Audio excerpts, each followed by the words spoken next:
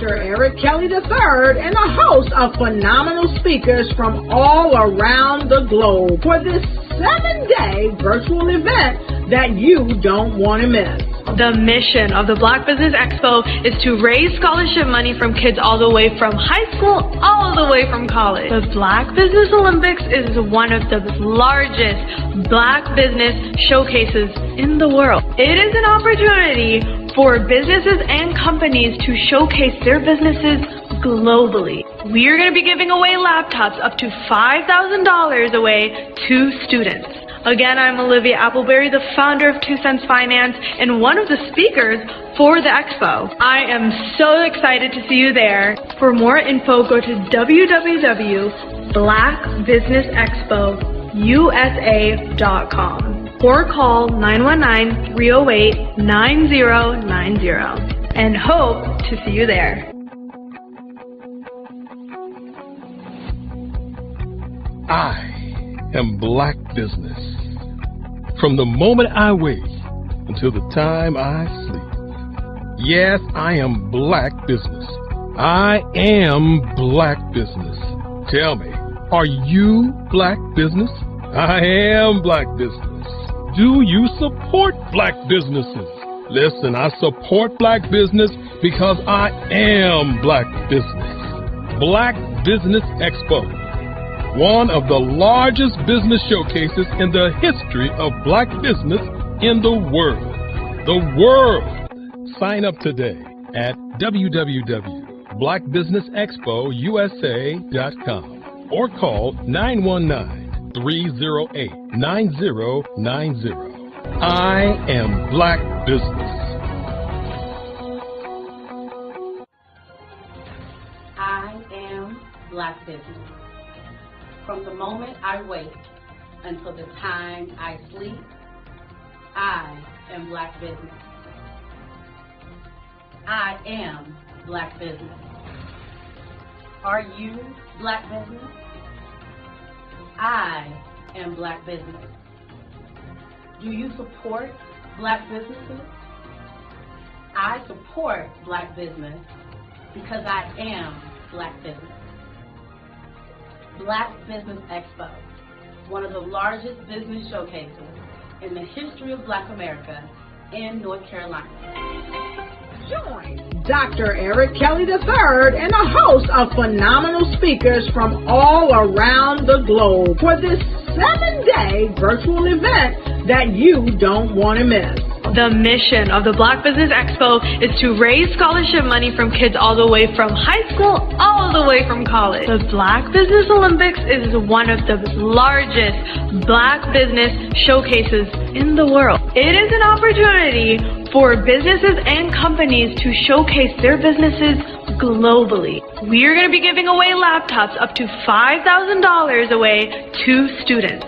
Again, I'm Olivia Appleberry, the founder of 2 Cents Finance and one of the speakers for the expo. I am so excited to see you there. For more info, go to www.blackbusinessexpousa.com or call 919-308-9090 and hope to see you there. I am Black Business. From the moment I wake until the time I sleep. Yes, I am Black Business. I am Black Business. Tell me, are you Black Business? I am Black Business. Do you support Black businesses? Listen, I support Black business because I am Black Business. Black Business Expo, one of the largest business showcases in the history of Black business in the world.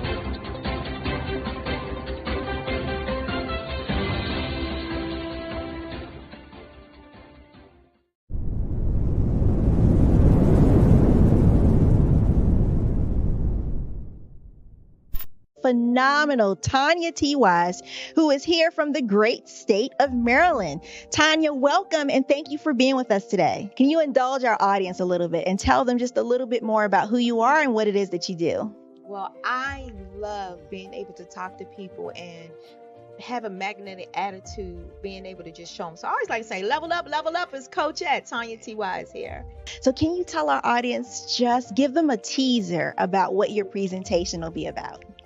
So my philosophy is that we should all be living our dream life. So tomorrow I'm going to talk about how you start living your dream life. What are some of the things that you thought about in your childhood that you just kind of let go and dormant? Wow. And I want to reignite that and just give you some pointers and some tips, some tools, some strategies to be able to start living your best life now. And guess what, Wanda? And leave an inheritance for your legacy. Oh my goodness. Okay, I know that's resonating with a lot of people. I've heard that you have a dynamic coaching program. Can you tell us a little bit more about that? Absolutely.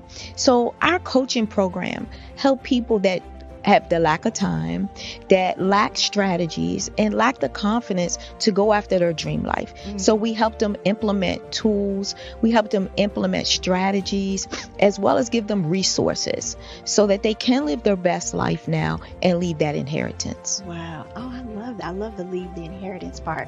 Listen, you are dropping some major nuggets, and I know a lot of what you're saying is resonating with a lot of people, but I think we're all curious. How did you even make this transition into the speaking and coaching arena? What's the story behind this? So I started out in finance, and I realized that a lot of people don't necessarily go after their dream life because of the lack of finances or the education behind finances. But it wasn't until I lost my firstborn, my only son, that life changed for me. And where I was going after it all, living the corporate life, hit my 6-figure income and living in my dream house with my dream man, driving my dream car. I nearly lost it all when I lost my son. And so I realized it only takes one financial catastrophe that can change your entire life. That's what made me start All New Beginnings. Because no matter what's going on in life, there's a new beginning. And because of that, we develop a program called Wise Minded. My little slogan is, don't just dream it, let's live it. If they want to connect with you or work with you, what is the best ways for them to be able to do that? Well, for my social media guru, you can connect with me on every single social media platform as Tanya T. Wise.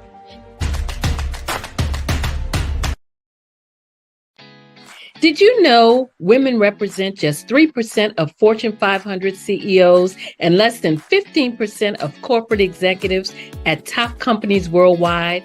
Have you wondered what the secrets are to getting into the top ranks, whether in the private or public sector?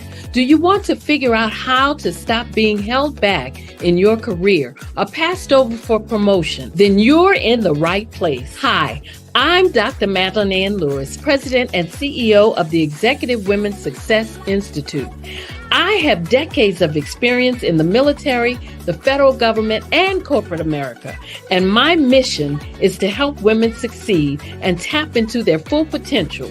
I want to reach 1 million+ women around the world to become the leaders they are meant to be. So if you want to move into a management or executive level position, or maybe you are a female veteran transitioning out of the military into business entrepreneurship, then reach out to the Executive Women's Success Institute at 301-693-3284. Let us get you on the fast track to success.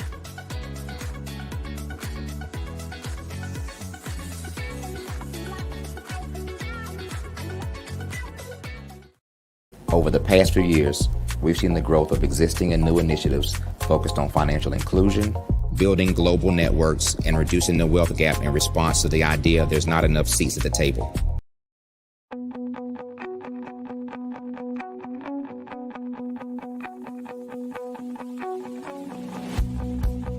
Over the past few years, we've seen the growth of existing and new initiatives focused on financial inclusion, building global networks, and reducing the wealth gap in response to the idea there's not enough seats at the table.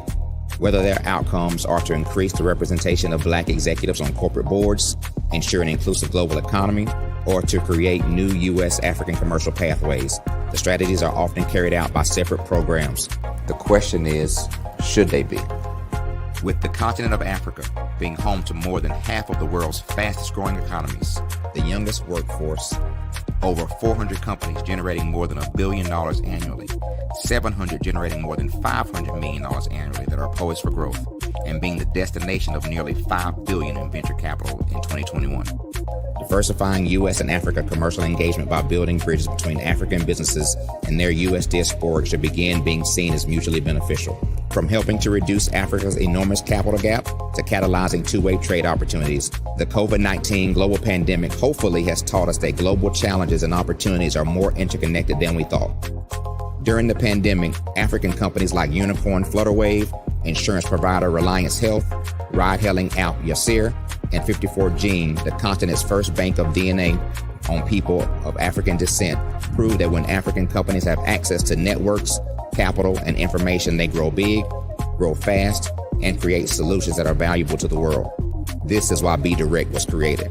We are the first U.S.-based but African-centric board preparedness and board search company designed to connect U.S. Black talent and corporations to African businesses. Unique and fundamental to Be Direct's success is our process of helping board candidates adapt their experience and networks to an African context before they're connected to high-growth companies that are looking to locally and globally scale. From our focus groups with African business execs and government leaders, we don't ignore the sentiment that business is easy, but people are hard. Having a pool of board candidates with hard-to-access networks and extensive experience across the business life cycle, including successfully raising capital, is table stakes for an initiative like this. So yes, we have that. But corporate or entrepreneurial success in the U.S. does not guarantee success in Africa. Developed alongside industry partners on the continent, our training program, Be Direct Prep, is designed to transpose their experience to create cultural comfort, understanding, and a commitment to helping businesses in Africa scale.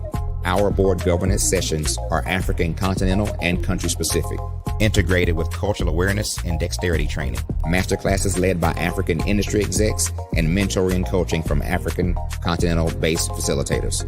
But even more unique to Be Direct Prep, we cap off our training program with an immersion trip to help candidates that have not been to Africa before see and feel Africa's complexity and opportunity from African soil. We all know traditional network-based board placement has historically left a lot of us out of ever really being in the paid board pipeline. Our strategy supports the work of many great organizations that are successfully filling seats at U.S. board tables by creating more tables for those that are still left on the sideline. It's time to start seeing the role and value of U.S. Black talent and businesses on the continent of Africa differently. Old perceptions and habits limit economic inclusion. Let's transition Black talent and the African businesses they will support from the periphery of the global economy to its core. Living in a global lockdown, we all know now how fast local and global economies can change, and see the value of having businesses that hire, strengthen local value chains, and even grow globally. Status quo in any form holds back progress. We must democratize U.S.-Africa commercial engagement by socially and economically connecting cultures that have long been disconnected. It's time for Africa's U.S. diaspora to redefine their global value by helping African businesses scale continentally and globally.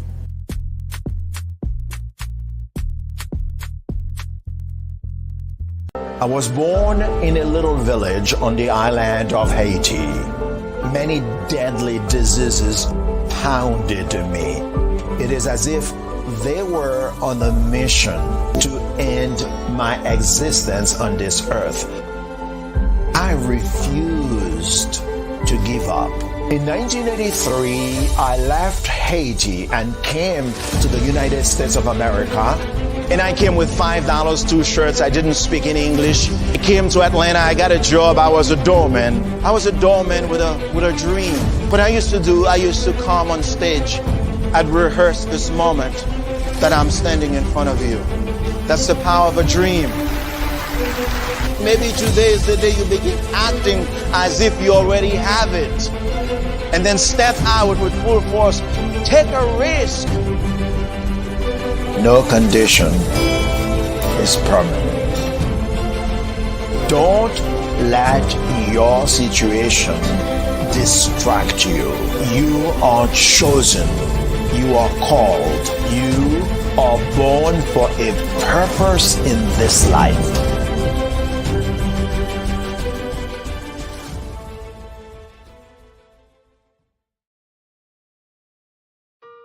Hello, this is Israel, and I am CEO of Daydreams Interactive and author of Princess Planet. So, genius is common, and as a kid, I loved to daydream. Even as an adult, I love to daydream. And when my daughter became 6 and loved princess characters, but we just could not find the diversity that showed her, we created our own characters. So, for instance, you have Princess Nulu right here. Princess Nulu is from Uganda, and her genius is that she loves to take care of animals. She can actually even listen and hear what they say. And then we have Princess Isabella right here. Princess Isabella, she's from Cuba, and her genius is biochemistry. One day she hopes to eliminate disease. Then we have Princess Nia right here, and Princess Nia is based off of my daughter, and she wants to be the greatest dancer alive. So that's her genius. So what's your genius? My genius is my imagination. Genius is common.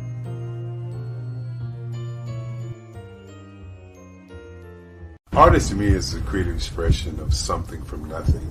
You know, it explodes onto the canvas, or it explodes on in my work. One of the things that I try to do more than anything is I try to just give the lines and the movements and emotions and the expressions into to what I do.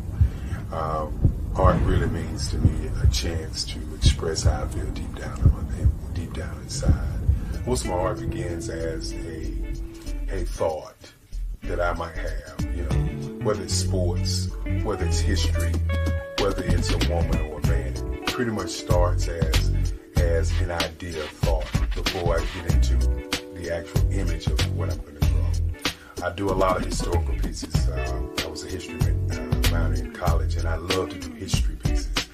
And a lot of times I'm thinking about history, and then I try to make that history impact you as you look at it. That's one of the reasons I do pictures so large. People ask me, why do I do the pictures so big? And I tell them, I want the piece to impact them as they're looking at it. To kind of dominate them, dominate their space. And most of my pieces I try to do off page. I don't try to do anything that's going to be in those four corners or in a square. And I want your imagination to be a part of the piece that you're looking at.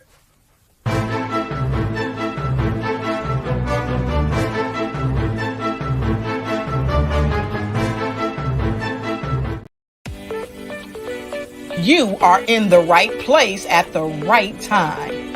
The Black Business Network opens again for its Black Business Olympics, a 24/7 broadcast on business, strategies, global branding, social media marketing, finance, advertisement, and much, much more. Featuring the top, most powerful entrepreneurs and speakers and thought leaders from all around the world as they gather together for this phenomenal event. Join the Black Business Network streaming live into the metaverse. STEM City, USA, Black Multiverse, Pod TV, Roku, Hulu, iHeartRadio, Apple TV, YouTube, TikTok, Instagram, Google Podcasts, Facebook, LinkedIn, IBM TV, Spotify, and Twitch. Tune in today and be a part of this amazing movement. The Black Business Olympics welcomes you.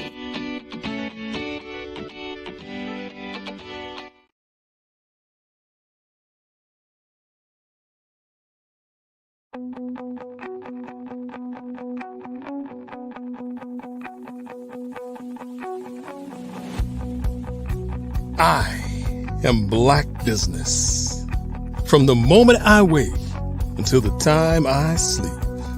Yes, I am Black Business.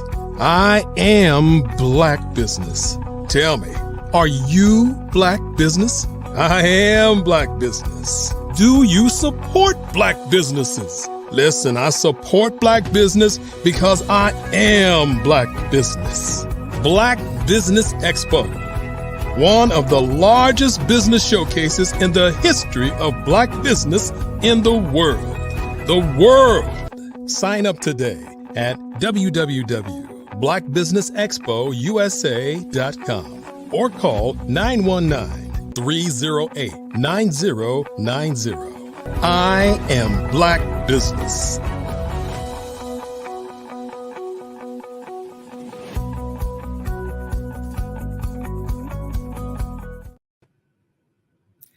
Good morning. Good morning. Business owners, entrepreneurs, thought leaders, and corporations. Welcome to the Black Business Network. My name is Dr. Michelle Boone Thornton, and I am your business moderator for this morning on the Black Business Network. The Black Business Network is a 24-hour business network showcasing Black businesses, Black owners, entrepreneurs, and thought leaders worldwide.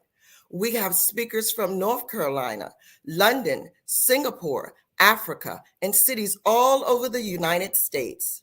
The Black Business Network is a global community sharing its business knowledge to empower, inspire, and educate businesses about businesses.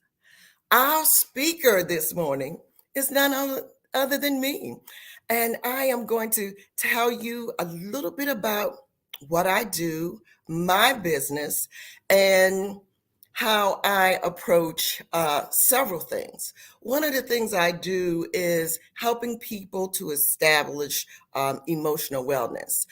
This came about from a combination of my expertise in mental health for over 20 years and in higher ed. So that gave me that teaching format in the knowledge of mental health and illnesses to put together. Today, I'm going to talk about my platform and masking emotions during the holidays. And I am a speaker, a conference person. I attend conferences and speak. I do radio retreats, international interviews, and I train employees, corporate and professional development all over the world. Emotional wellness is something that has to really be taken as serious as our physical health, because how we show up determines how we lead and how we create all sorts of things. And so when these things are blocked, and we start to mask real feelings, real true deficits that we feel we have, we mask everything, even our creative side. I have worked with children and families and adolescents for years, and I understand from all age group categories and developmental stages how masking starts and how we continue it and how society perpetuates it. So yes, that is my background from mental health. I am also a professor, a university professor. I taught in the field of human services for years, preparing students and others to just work with people. And working with people is different than selling cars or a product. People are unique and they have all types of different backgrounds that actually kind of play into who they are and what they do. So human services brings a big piece to this. I also am a professor in counseling ministries, and in both areas, I work to help prepare and teach students to work with people so that they can become all that God created them to be and achieve their highest level of functionality. And so that is a job that's not an easy one. And I take my hat off to all mental health providers and all professors, because you are really creating and molding the next leaders, the next generation of leaders. So my platform, Removing the Mask and Transforming Your Reality, I help people uncover hidden emotions and trauma, neglect, abuse, loss, hurt, pains. They are experiencing a lot of guilt in some areas, some self-doubt, some flaws. You don't want people to see your inequities or things that you feel are weaknesses. Because society says, hey, we're strong, we can do it. We're expected to always be happy, to always be on. If not, something's wrong. And so I come to you to tell you that everybody has days where they're off. Everybody has days where they just don't feel like being even where they are, but they have to cope with that and then deal with the emotions underneath. So I help people transition from behaviors that keep them in emotional bondage to behaviors that help them release the unhealthy emotions. And at the end of my presentations, this presentation today, I will share information on how to connect with me. I'm on several other social media platforms. I do like a wellness check with people, a mini podcast, but we'll talk about that as we move forward. So and my goal is basically in this whole series, and I put together a workbook. I put together a companion journal, and then actually the book itself actually launches next week at a Transformational Writers Conference. But I use these tools to help people look at some things that they've had buried for years. And the goal is to help you understand that and to move forward and to understand that everybody masks, because everybody wants to seem happy. Everybody wants to seem in control, even when things are very much out of control. That is just the image we've been sometimes forced to portray, and so we've never really been taught to manage our emotions. We've always just been taught that we are to be happy and the goal is happy ever after. And, if you work hard, you do this, everything will be perfect. But that's not true. And one of the things that COVID-19 kind of showed us is the stuff underneath the mask, because we all collectively experience some level of trauma. Either personally or vicariously.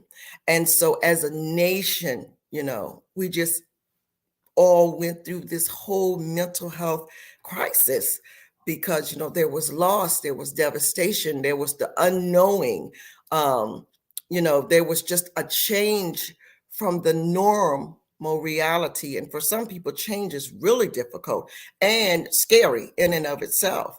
And this impacted the world simultaneously. And so now as we come to where we are in this season, we have to come to grips to some of the pain that we've been masking since COVID. And some of us have been masking it before COVID. We had some childhood trauma and things that we had not really addressed. So one of the things that I want everybody who I work with to deal with is those mask emotions. And for some of us, we wear a mask 24/7. Some of us can take it off at home. We can be ourselves. We can kind of let our hair down. We can do whatever we want to do. We don't have to worry about pleasing anybody else. But some of us still, when we come home, we still have to wear that mask at work, in our community, with our friends and colleagues and our family, because unfortunately, they only know the person that we portray outside of the mask. And I understand it. I get it. You wear a mask to kind of keep yourself protected. so that you're not really bombarded with all of the stress that's out there, all of the noise, all of the distractions. Sometimes we keep the mask on so that we really don't have to deal with loss, death, social injustice, social media, traffic, just this toxic political climate. We mask to stay safe, to keep ourselves safe. It is honest dialogue that we need to start having with ourselves first. And so the workbook that I created gives you scenarios so that you can kind of look at your life and look at what you've been doing and how you've been handling it, and to help you move towards a more healthy way to deal with those feelings that have been repressed, so that you can begin being your authentic self. And I can remember just masking some of my own feelings, just going through life trying to be that wife, that perfect employee, that good friend, that sister, that person that supports everybody except me. And so when I started to unmask, people are like, what's wrong? Are you feeling okay? No, I'm just really being who I am. One of the things that we have to realize, especially as we approach this holiday season, is that we tend to mask on top of the stress that we start to feel during the holidays. We have memories of holidays, when we were younger, people who were there, who are not there now, things that have happened to us over the years. The holiday brings back a lot of things. We have to deal with some unresolved grief, some past trauma, stress, and excitement at the same time, and strained family relationships. Yes, that holiday is the time when the family comes together, and that can be good and that can be bad. But during the holiday, when we stop and we think about the fact that we may still be grieving the loss of anything that was maybe there the year before that's no longer there, a job, a family member, a person, a pet, it could be anything. And then we have to really think, what stage of grief are we in? Because we mask it, we put it away, and we think it's okay, it's done, but it's not. The holidays can bring back memories. They can dredge up old feelings. And so when we think about grief, and we have to think, are we really still grieving? And sometimes we are, because things are fresh. Things have just recently happened in our lives. Where are we in that stage? Are we denying it? Are we angry? Do we feel depressed? Depression is an emotion that people do bring into the holidays because of what they've lost from previous holidays. And have we accepted it? Have we kind of accepted that, hey, this holiday, this person is not going to be here. This is what we're going to be working with, and we can start new rituals. We can start new family gatherings. We can move forward. So that is one of the things that is very important to keep in mind. The holidays create like a push-pull emotion. It really does, because of the grief and the heart and the hurt. You have to know that you're not alone. You don't really want to think about that. I'm supposed to be happy. I put up the decorations. My house is beautiful. The tree is beautiful. Everything is beautiful, but I still feel this pain. But others suffer too. Everything can't be merry and bright, but peace and comfort still are attainable for you in the holidays. We have recently, with COVID, come through a high toll of loss, lots of loss, losses on top of losses. There's gun violence, and there's suicide. It's happening every day. So these three dark forces really have altered the shape of many of our lives, as we approach these winter holidays. The grief we feel over people who are no longer there, and when we look at our table, it's very acute. When we look at the dinner table, who's there and who's not, it's real. So that's the push and the pull. The push to be merry and bright, and the pull of the grief and the loss. The stress from traumatic childhood is something that many of us still carry. We carry around. In my workshops, I do an exercise to help people kind of identify stress, self-imposed stress, and then there's the stress of trauma that we carry from childhood abuse and neglect. Grief, loss, physical, emotional, sexual abuse, intergenerational, cultural, and history trauma. Just trauma. Some of us have had some medical crisis, and they've created a trauma in our lives. We are no longer the people we feel we were because of it. And there's uncertainty, the wellness, the sickness, that type of thing. What course will this take? And so that is traumatic in itself. Some people have, people in the military who overseas, and we have wars in Gaza and Israel and everywhere. So this is just something that is in our environment, and we don't want to deal with it every day. In fact, we want to wake up and be happy and move forward and be grateful, and we should. But those things are up under that mask, those emotion, that stress. We think we're burying it, and we're not. A lot of people dealing with a lot of stress deal with a lot of physical ailments, because stress can cause migraines and headaches and things.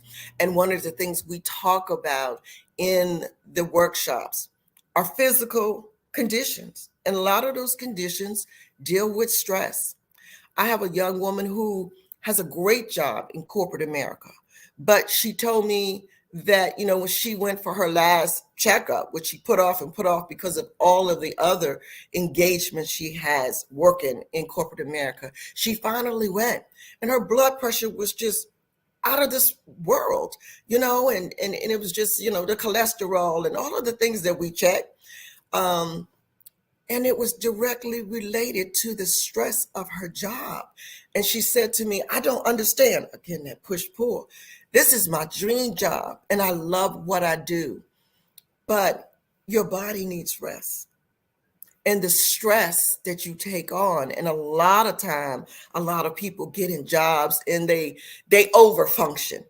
They overfunction because some people have control issues. Some people don't like to delegate. Some people are trying to prove themselves to the organization, and some people are just excited.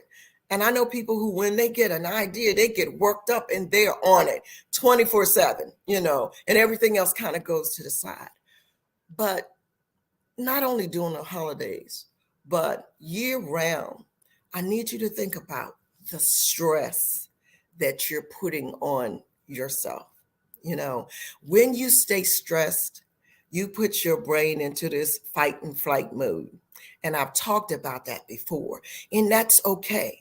That alerts us that something is getting ready to happen, and we need to prepare our bodies to fight or flee or something. But that is not a state that we are supposed to be in 24/7, because it will deplete your emotional bandwidth. And so think about the stress that you're putting on yourself, the added stress from the holidays, and things that you can do to manage that. Holiday rituals.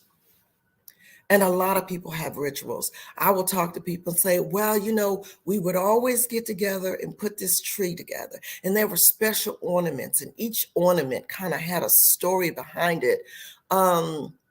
Family dinners. This aunt would bring that cousin would bring that, holiday gifting, special desserts, and so many other things play a significant role that shapes who we are over the holidays and during the holidays.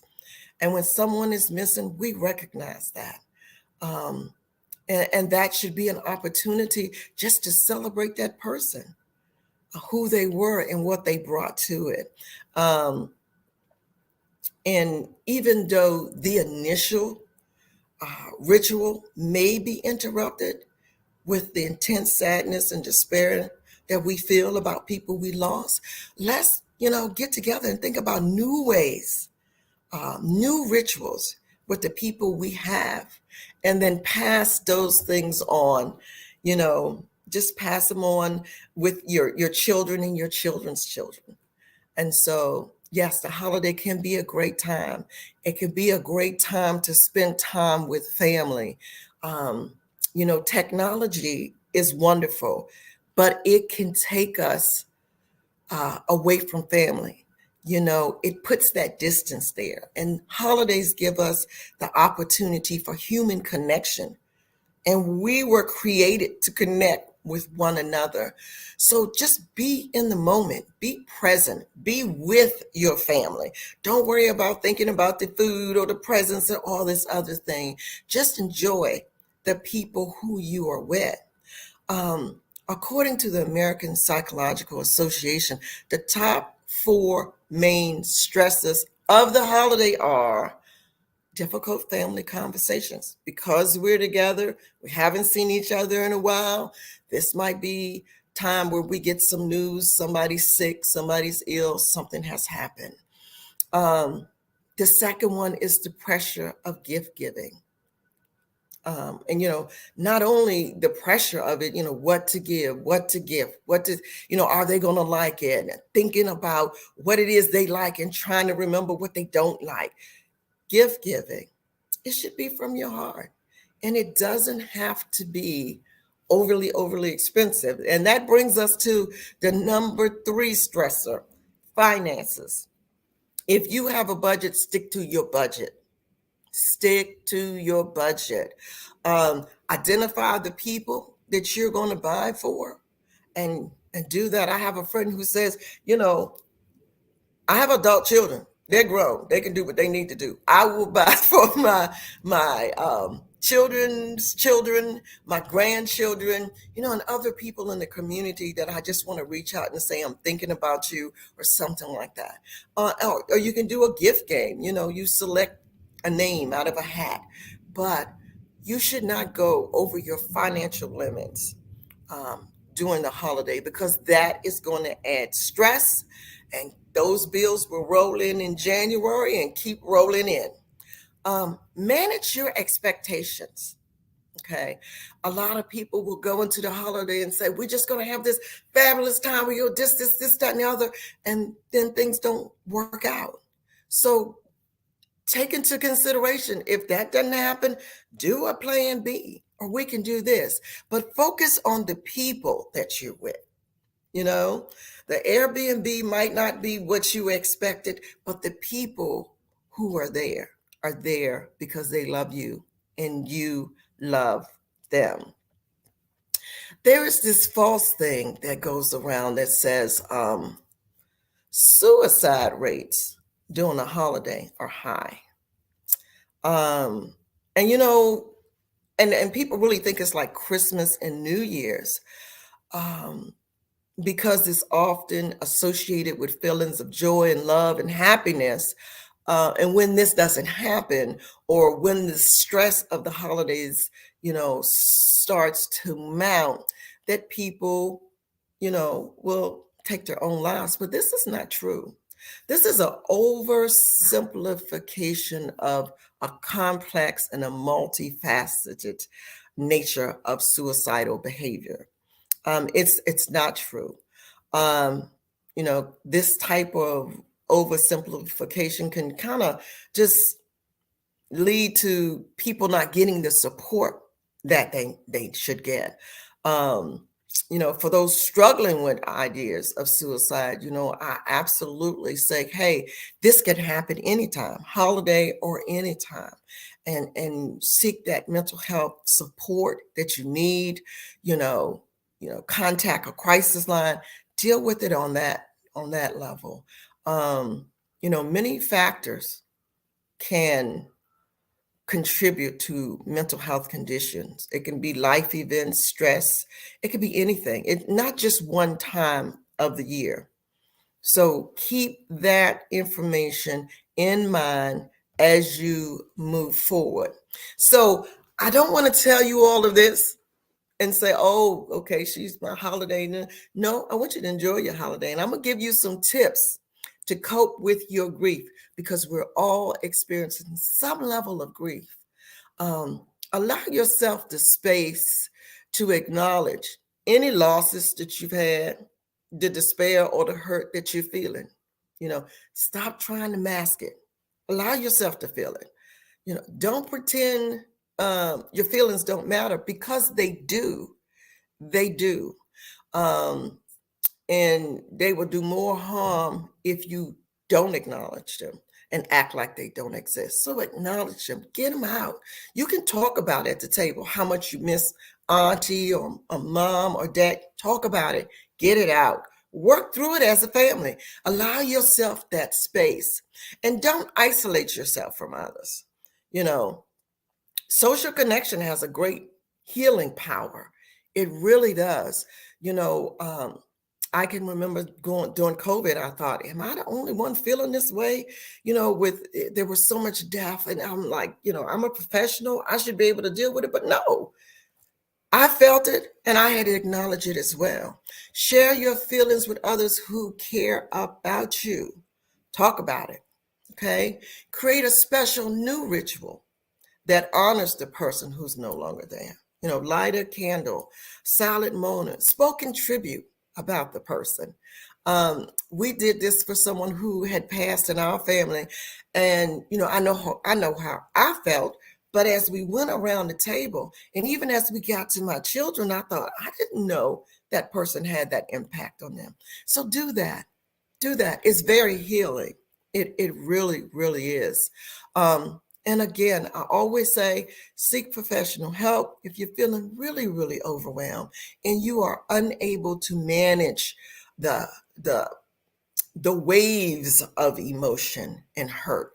And don't turn to unhealthy self-soothing behaviors, alcohol or overeating or other risky behaviors. Okay.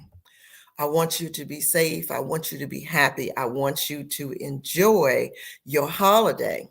So if you want to connect with me, I provide Transforming Your Reality, Removing the Mask workshops, trainings, and retreats for corporations, nonprofit, university, faculty, all over the U.S. and international. You can visit my website at Dr. Michelle Boone Thornton, all lowercase, .com. And there, you'll see some of the travels I've done, some of the work I've done internationally. And I want you just to enjoy it. I've got a lot of pictures, a lot of people that I've worked with. You can book me from my website and just learn more about emotional wellness. I share inspirational messages on LinkedIn, and you can connect with me there as the Unmasking Guru. And you can order my workbook, my book, and my companion journal on Amazon. So the book actually completes the whole series, and it will be launched at the Global Chamber Transformational Writers Conference in Puerto Rico, December 7th through the 10th. And you can find out more information there at the transformationalwritersconference.com.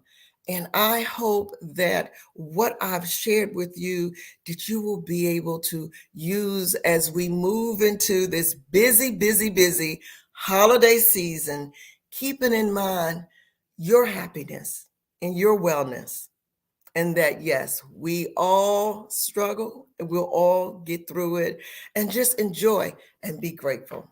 Thank you. I'm Dr. Michelle Boone Thornton, and I've enjoyed sharing with you this morning. Thank you, Dr. Michelle Boone Thornton. We appreciate this timely information at this time of the year. You know, many of us do suffer in silence and may not even realize that's what it is. It's the holidays. Absolutely, absolutely. Because we are just trying to like push through with the decorations and the gifts and all of the other things that happen in the food and cooking, we don't really pay attention to what's going on with us sometimes. And we just put it on the back burner. But don't do that. Don't do that. Take care of you. Please remind us where we can find you. Yes, you can reach me at drmichelleboonethornton.com, my website, or on LinkedIn under The Unmasking Guru. Genius is common, and I'll see you on the other side. Thank you. You're welcome. The Black Business Expo's mission is to raise funds for high school seniors going to college or K through 12 entrepreneurs. The Expo is a fundraiser for students.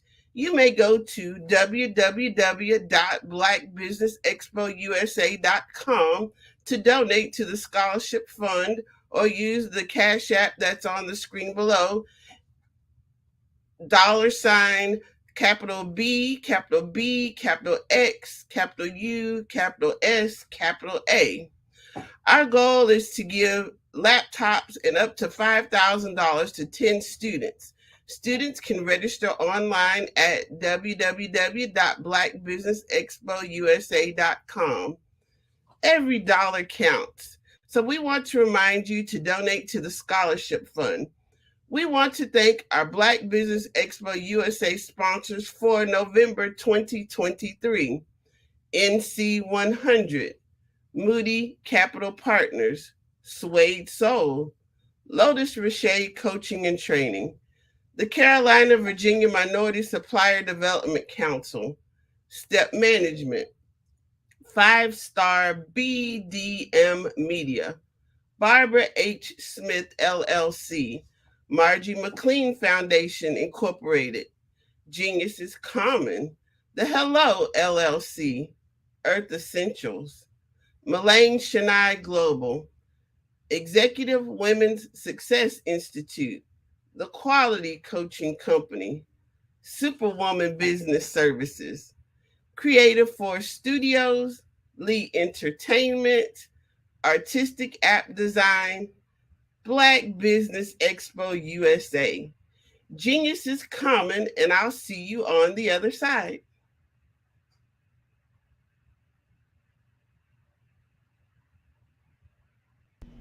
Why do I do what I do?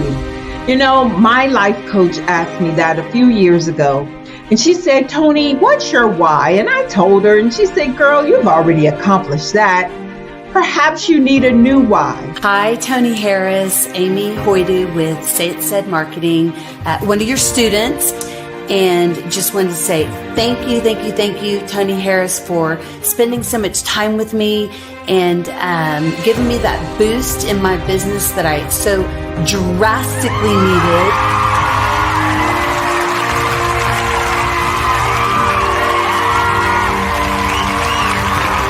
My why is to touch, move, and inspire my clients to take drastic steps to be better than they were before they met me.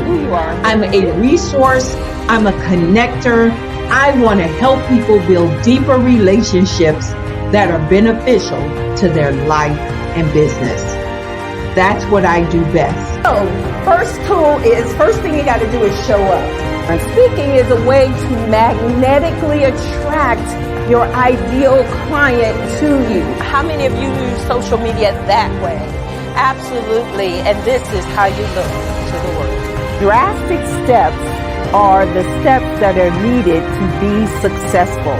And my business is drastic denotes a mindset, getting out of your comfort zone, doing something that you don't necessarily feel comfortable doing, want to do, but you know it's a necessary step to be successful in your business. I get the most satisfaction when I see my connections flourishing into relationships long after I am gone. Hi, my name is Jasmine Augustine with Media Jasmine, and I've joined several networking and referral groups in the area. And Network in Action Northeast Houston with Tony Harris Taylor is one of the best organizations that I've joined. I love that piece of what I do, and it is what fuels my fire.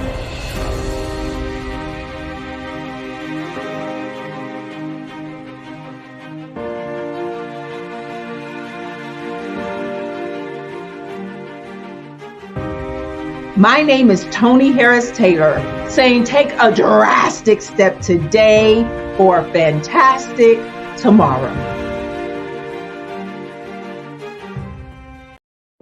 Ladies and gentlemen, and fellow professionals, please allow me to introduce myself. I am David Jones, the co-founder and CEO of the Hello LLC, where I am passionately dedicated to guiding individuals and businesses toward their own return on time investment. Time is my only competition. With over 20 years of experience as a corporate C-level executive, I bring a wealth of knowledge and expertise to the Hello LLC. My career journey has been marked by a relentless pursuit of excellence in marketing, strategy, and business management leadership. I have had the privilege of working with renowned Fortune 500 companies such as Xerox, American Airlines, Hilton, and Geico. However, what truly drives me is the transformational work we do at the Hello LLC.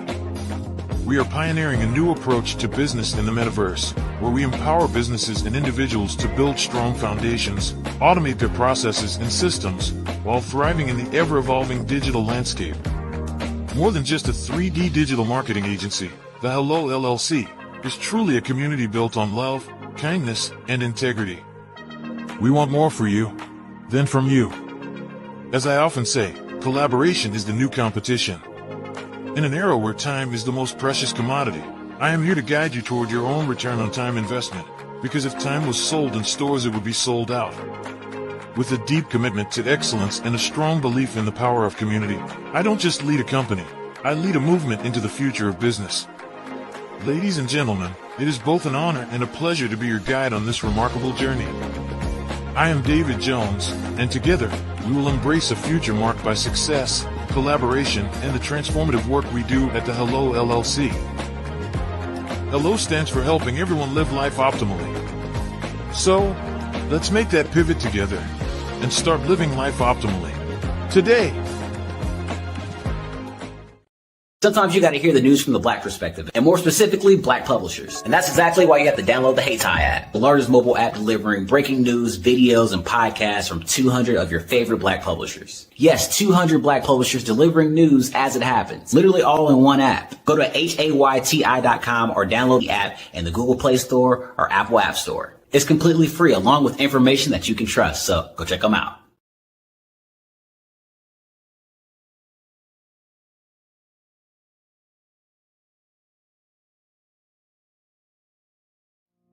Did you know that approximately 333.34 million businesses exist today, according to a report from 2021? And you may be one of those businesses, or maybe you're not in the business market yet, but you're aspiring to be a business owner. Well, guess what? You're in the right place at the right time. Because let's face it, everything is about timing and opportunity. Hi, my name is Dr. Lotus Richey, and I'm the CEO and founder of the Lotus Richey Coaching and Consulting LLC, along with the Lotus Richey Ignite Show. 15 minutes of success with Dr. Lotus Richey, as well as books to boom your business and bring who you are. And today, I want to bring this amazing message to you about the Black Business Network and the Black Business Olympics. See, the Black Business Network and the Black Business Olympics is designed to help people just like you, that's right, that look like me, to take their business to the next level. Not just in your front yard or your backyard, but globally. The Black Business Network and Black Business Olympics is designed not to just help you survive, but to help you thrive. So join us today as we come together with businesses all around the world to support our students, our children, our young teens, our young entrepreneurs. What we do is we come together to help raise funds for students who are aspiring to be business entrepreneurs, who are aspiring and who are thriving in college.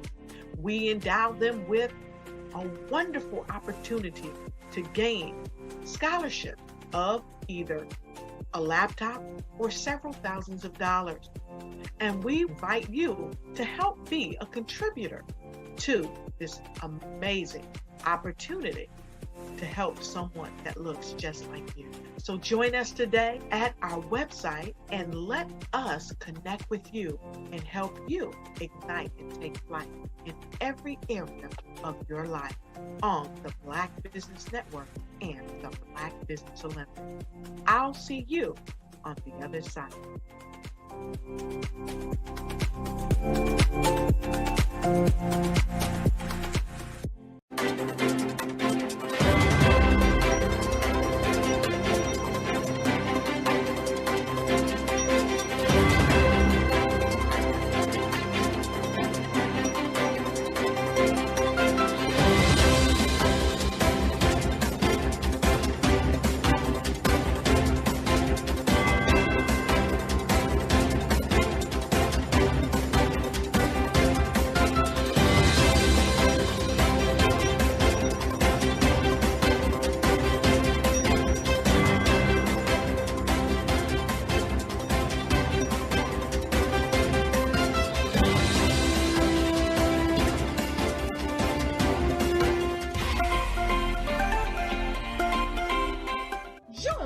Dr. Eric Kelly III and a host of phenomenal speakers from all around the globe for this 7-day virtual event that you don't want to miss. The mission of the Black Business Expo is to raise scholarship money from kids all the way from high school all the way from college. The Black Business Olympics is one of the largest Black business showcases in the world. It is an opportunity for businesses and companies to showcase their businesses globally. We are going to be giving away laptops up to $5,000 away to students. Again, I'm Olivia Appleberry, the founder of 2 Cents Finance and one of the speakers for the expo. I am so excited to see you there. For more info, go to www.blackbusinessexpousa.com or call 919-308-9090 and hope to see you there. I am Black Business. From the moment I wake until the time I sleep. Yes, I am Black Business.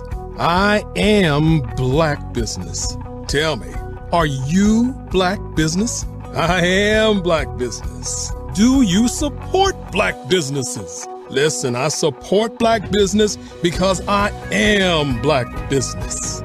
Black Business Expo, one of the largest business showcases in the history of Black business in the world. The world! Sign up today at www.blackbusinessexpousa.com or call 919-308-9090. I am Black Business. I am Black Business. From the moment I wake until the time I sleep, I am Black Business. I am Black Business. Are you Black Business? I am Black Business. Do you support Black businesses? I support Black business because I am Black business. Black Business Expo, one of the largest business showcases in the history of Black America in North Carolina. Sign up today at www.blackbusinessexpousa.com or call 919-380-9090. I am Black Business. I am Black Business. From the moment I wake until the time I sleep, I am Black Business. I am Black Business. Are you Black Business? I am Black Business. Do you support Black businesses? I support Black business because I am Black Business. Black Business Expo, one of the largest business showcases in the history of Black America in North Carolina. Sign up today at www.blackbusinessexpousa.com or call 919-380-9090. I am Black Business. I am Black Business. From the moment I wake until the time I sleep, I am Black Business. I am Black Business. Are you Black Business? I am Black Business. Do you support Black businesses? I support Black business because I am Black Business. Black Business Expo, one of the largest business showcases in the history of Black America in North Carolina. Sign up today at www.blackbusinessexpousa.com or call 919-380-9090. I am Black Business. I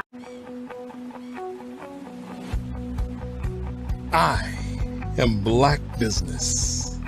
From the moment I wake until the time I sleep. Yes, I am Black Business. I am Black Business. Tell me, are you Black Business? I am Black Business. Do you support Black businesses? Listen, I support Black business because I am Black Business. Black Business Expo, one of the largest business showcases in the history of Black business in the world. The world! Sign up today at www.blackbusinessexpousa.com or call 919-308-9090. I am Black Business.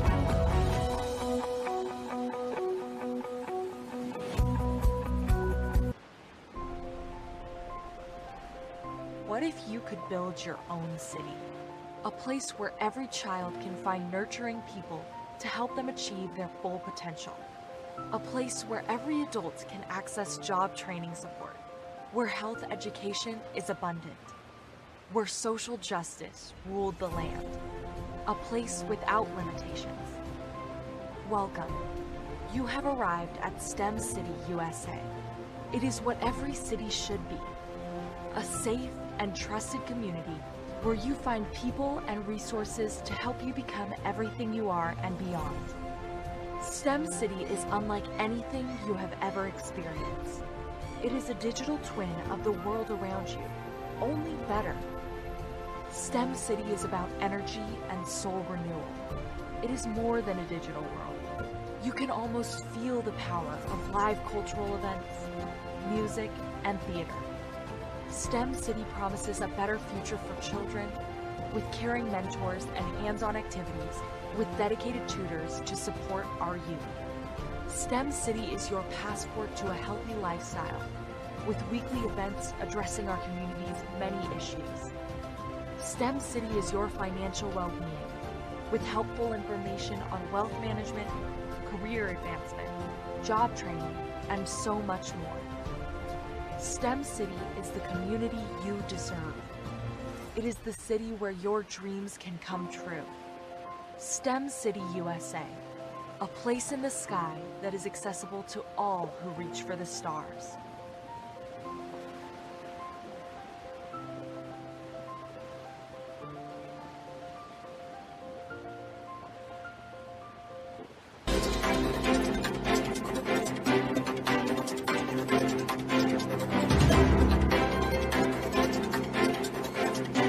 I'm Ramon Ray, founder of Smart Hustle Magazine and smallbiztechnology.com.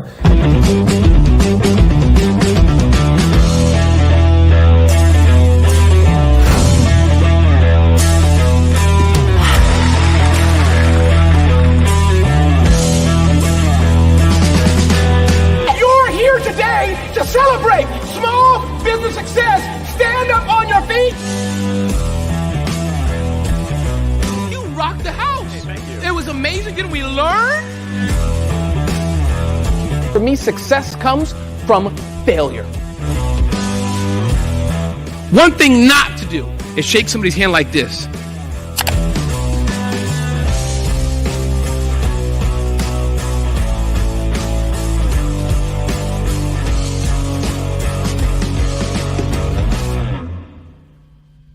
I was born in a little village on the island of Haiti. Many deadly diseases pounded me. It is as if they were on a mission to end my existence on this earth. I refused to give up. In 1983, I left Haiti and came to the United States of America. And I came with $5, 2 shirts. I didn't speak any English. I came to Atlanta. I got a job. I was a doorman. I was a doorman with a dream. What I used to come on stage. I'd rehearse this moment that I'm standing in front of you. That's the power of a dream. Maybe today is the day you begin acting as if you already have it. And then step out with full force. Take a risk. No condition is permanent. Don't let your situation distract you.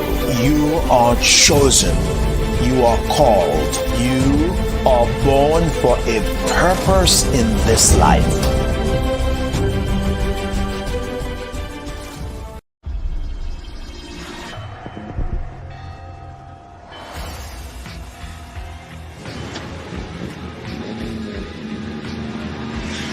La connexion. La connexion.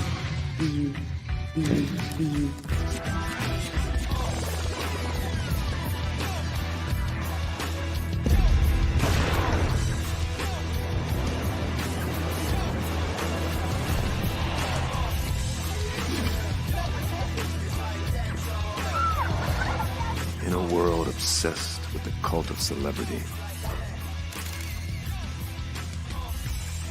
I challenge you not to aspire to anyone else's greatness, but instead strive to reveal and ignite the greatness within you. Are you serious? I totally think that that's it. Hey. No! Hey! To me, sexy is a man that knows who he is and what he wants. Okay. He's comfortable. You look at him, you see him, he's just comfortable being himself. And you're like, Baby, be you. Be you, baby. Just be you. I like it. Introducing the BU collection, exclusively available at KMG Fashion Superstore. Social media is evolving. It's more vibrant, more colorful, more energetic, and so are you. It's not just photos anymore. It's video, it's audio, it's subscriptions. And now there's Fanbase, a new monetized social network. Fanbase delivers the complete native app experience with full content monetization for every user. No algorithms that shadow ban your engagement or growth, and no ads. Follow anyone for free and subscribe directly to your favorite creators for $4.99 a month. Plus, show some love by tipping on any post. Also, make a Fanbase page and monetize your content the same way. Finally, connect with your followers by posting the amazing content you already create. And now, get paid for it. It's time to energize and monetize. Because everyone's a fan of something, and everyone has a fan base.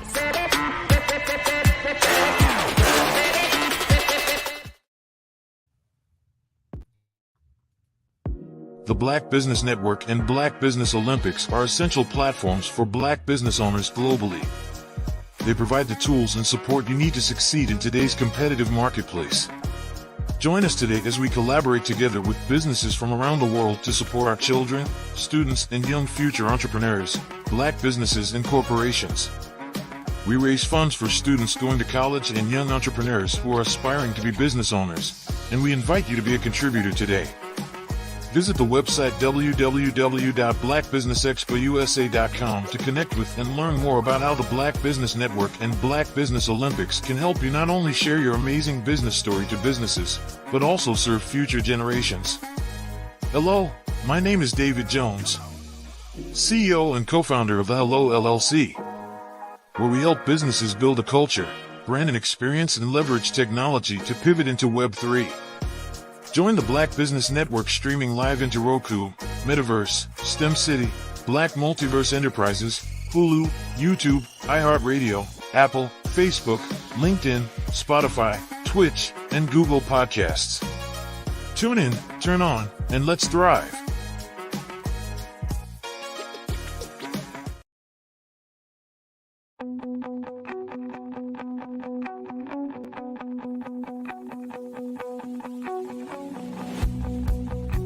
I am Black Business. From the moment I wake until the time I sleep. Yes, I am Black Business. I am Black Business. Tell me, are you Black Business? I am Black Business. Do you support Black businesses? Listen, I support Black business because I am Black Business. Black Business Expo, one of the largest business showcases in the history of Black business in the world. The world!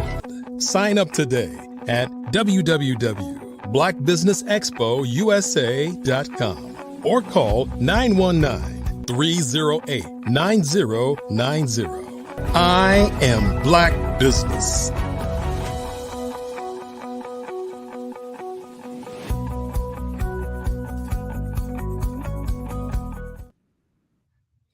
Good morning, business owners, entrepreneurs, thought leaders, and corporations. Welcome to the Black Business Network. My name is Crystal Gomez. I am your business moderator for this morning on the Black Business Network. The Black Business Network is a 24-hour business network showcasing Black businesses, business owners, entrepreneurs, and thought leaders worldwide. We have speakers from North Carolina, London, Singapore, Africa, Japan, and cities all over the United States. The Black Business Network is a global community sharing its business knowledge to empower, inspire, and educate businesses about business. Our next speaker is Robert Cheeseborough.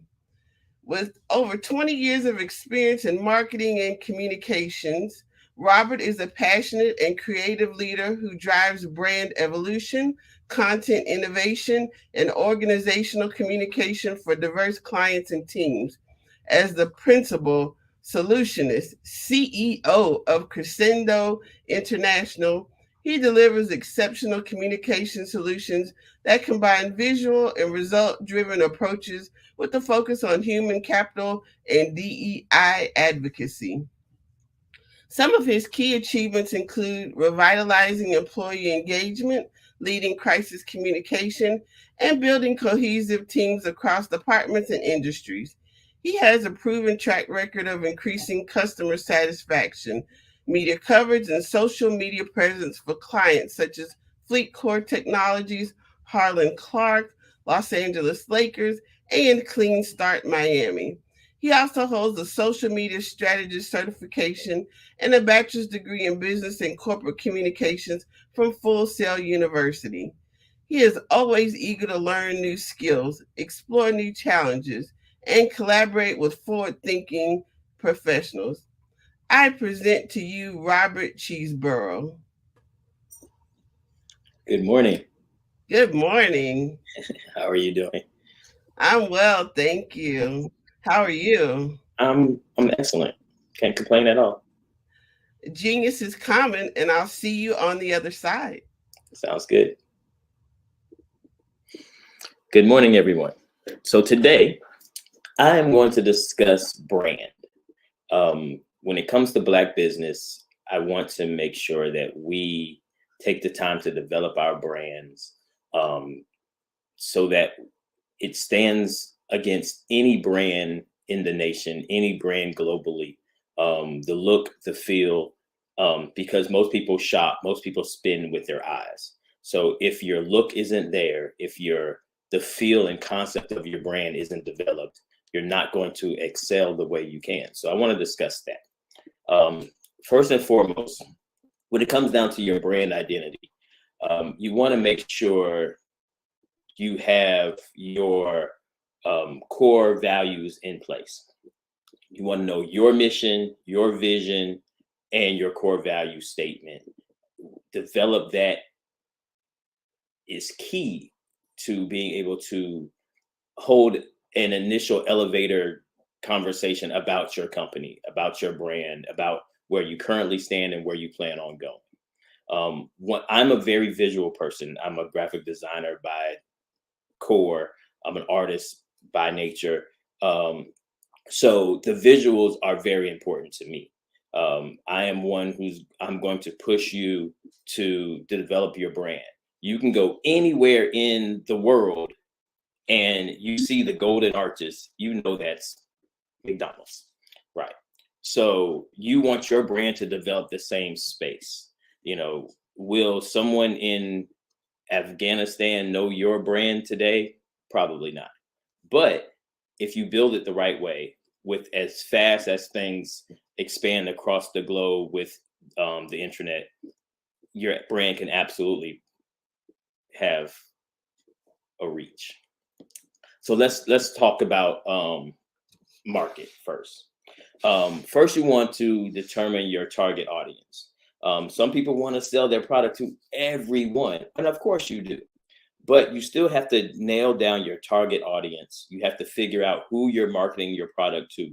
Unless you have a ton of money to throw behind your product, you have to strategically market your product off base.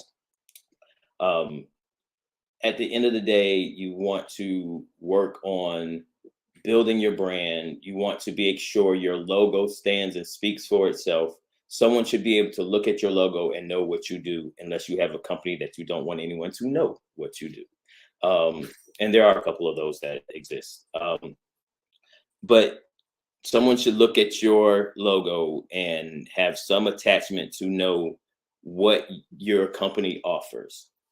It should open the door, at least. It helps your process. Determining your audience is key. Because that determines your voice, that determines your identity, you know, your personal identity of the brand itself. You know, how you are as a person doesn't necessarily equate to how your brand views things and responds to things, because you have to be in a position to have a political stance on everything. Everything that's happening across the country, across the world, is something that can affect your brand. As early as late as this morning, Elon is in trouble because he said something, and he's getting pushback on X because of it. You have to be careful what you say. You have to be careful what you stand for. And one thing I would suggest is making sure whatever you do decide to stand for, you stand for it completely, and you stand on that ground, and you're willing to die on it. That's your company voice. That's your entire brand is based on the personality that you create for your brand. You want to make sure your tone is very clear, and it doesn't have to be clean. It just has to be consistent. I have companies that I manage, and they have a very clean, very vanilla stance when it comes down to the tone of their company. But then I have some that push the envelope. You know, how a company like Pinky's Black owned Slutty Vegan, and how they market is completely different than how the regular pizza spot around the corner will market. So you have to pay attention to that. The next thing that's most important for me is your visuals. So when it comes down to your brand, comes down to your logo, like we talked about McDonald's, everyone knows the golden arches. You know, some companies change their logos. I've seen probably 8 different Burger King logos, whereas McDonald's has never changed their logo. You have to decide which lane you want to jump in with that, and stick to the ground. If you're sticking with your logo, stick with it. Believe in it. Follow it. You know, and at the end of the day, really what you want to do is you want to get your employees to become walking and talking billboards for you.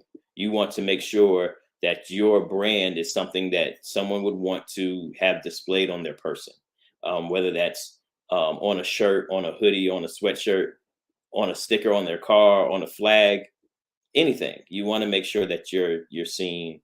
You want to make sure that your logo stands for something. How I would suggest designing and coming up with your logo. I personally still strive and still develop logos and brands off of the golf ball technique, which is once you create your logo, impose it over a golf ball. Because how perfectly imperfect a golf ball is, with the little dots and the little divots in it, if your logo can stand that and put on that arch and put on that ball and hold up and you can tell what it is, then your logo's in the right space. You want to make sure you dig into your color schemes, pay attention to it, because as you can tell, some companies use certain colors, some companies don't. Certain fields are big on different colors. One thing I've noticed recently is banking. Banking has expanded their color schemes. Everything was green, very little red. Now you see red and burgundies and golds and purples and everything, you know. So you have to be able to expand your brand, expand your logo, and don't tie it into the color scheme specifically, because there are elements and there's times there colors change, you know, with the different movements and different things that happen. There are logo change, color scheme changes that happen, and you have to be able to move through those as well. One key when it comes down to your brand, I really feel like I'm just rambling on, but hopefully this sticks with a lot of people when it comes to starting that new business that you have in your mind that you've been walking around with for the last, who knows, start your project. The only no that you can't overcome is the no from not asking. So start your project. But okay, back to the story here. So we talked about the visuals. We talked about your logo design. We talked about how you can create that. We talked about color and color scheme. Color is important, but I wouldn't overly attach to the color. We talked about the brand personality. We talked about the tone and voice of your company. And you have to also, again, go back to the tone of your company and your personal tone do not have to match. They just don't. You can stand for completely different, in a completely different space, for the business aspect of what you do. Let's see, we talked about market research, your audience. You know, determining your audience is key, and how to reach said audience. Okay, now let's see. We talked about brand. We talked about your messaging. Let's go to marketing. Obviously, right? So of course you want to pick which channels you utilize. You want to pick that based on the channels that your audience uses. If you have a product that is youth-based, you really want to go with a platform that's that targets them. You know, you won't. I wouldn't put a product that is made for teenagers on Facebook. Not anymore. It's not relevant to them. But like my kids love TikTok. My kids love Instagram. So if you have products that go and fall into that space, make sure that's where you're targeting your advertising. And then you want to plan out your content. You want to make sure you cover all of the major events. Obviously Christmas is coming up, so you want to make sure you target and focus on all of those. But you also want to hit the underlying events, smaller things. You want to touch local things. Do not step away from the local base. People knowing that you're from this area and you started this product, a lot of people will support you. You have to make sure you reach your target audience in your local space first. Content. You want to make sure you figure out what interests your audience. That way you can plan your content. But there's a space where you can also step outside of the normal. If you have a product that is targeted for males, then sometimes you might want to change your target and change your audience and change your marketing towards the females, solely because they can carry a message to the males for you. Doesn't quite work as well going back the other way, but these are the things that you really have to plan out when it comes down to your content for your social, for your marketing as a whole. As we know, marketing as a whole now contains social media. There is no marketing without social media. You have to put your energy and effort into building a solid content calendar, and knowing what you have to say, knowing what you need to say, knowing where it is vital for the growth of your company. So from there, you've started to build your brand. So the next thing you want to focus on is your engagement. I honestly like to take the time to build responses to negative situations first. Let's sit down and brainstorm. This could happen negative, that could happen negative, and how we respond to that. Because everyone is not going to like your product. Everyone, and they shouldn't. Everyone's not going to like your product. Everyone's not going to like your brand. Everyone's not going to like your advertisement. Some people are going to challenge it. Some people are going to push back. Some people, it shouldn't. If your advertising is good, somebody should hate it because you're reaching them, but the same of that bell curve, the same side, people should love it and absolutely support you. You just have to be able to have an intelligent response to the hate that you're going to get. And I like to plan for that. Crisis communication is very important. So you want to make sure you have a solid response. And that crisis can be internal or external. You could have an employee that just hates being there. You have to figure that out and figure out why and what they hate and how to fix it. The fix can be a change in how you do things, and the fix can be removing that person from your company. You have to figure that part out.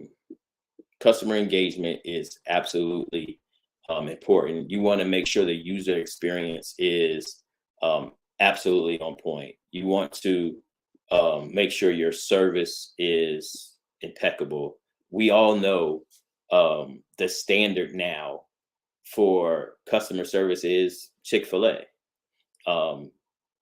And they focused on that. It's something that's taught in training. It's something that's taught in every element of what they do. You have to deliver Chick-fil-A service. It's the one thing that you consistently hear when it comes to Black business. I don't know if anyone else is listening, but the one thing you consistently hear when it comes to Black business is the lack of customer service. We have to do better. You can start it. Just do better, be better. Give someone the service that you would want when you're spending your money. It's simple. From there, Feedback. You want to make sure you address every issue broadly. You want to then address it specifically. So you speak to the big umbrella of the problem, but then you focus in on the person who had that issue and how you fix that issue with them. The biggest thing you want to do is build champions for your brand. You want your employees become walking, talking billboards for you, the same as you want your customers, because the one thing you cannot buy is word of mouth, and the word of mouth that will hurt you is the one thing that will hurt you the most. If it's human nature, right?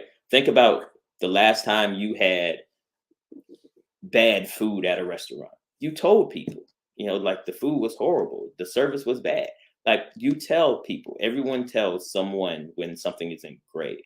But the reality of it is most of the time people don't say something to someone when it's outstanding. When you receive great food or great service, a lot of times people don't have that conversation because people are selfish. They don't want to share it with someone else, which is crazy, right? You want to make sure that the people who are enjoying your products, who are enjoying your service, are willing to speak about it.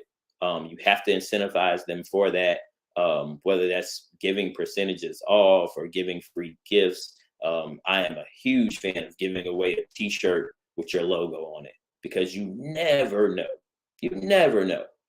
Someone may throw that T-shirt on to run around the corner to go to the store, and then someone else sees your brand, and that's all you can ask. So I am a very big proponent of making sure you spread your brand in that method.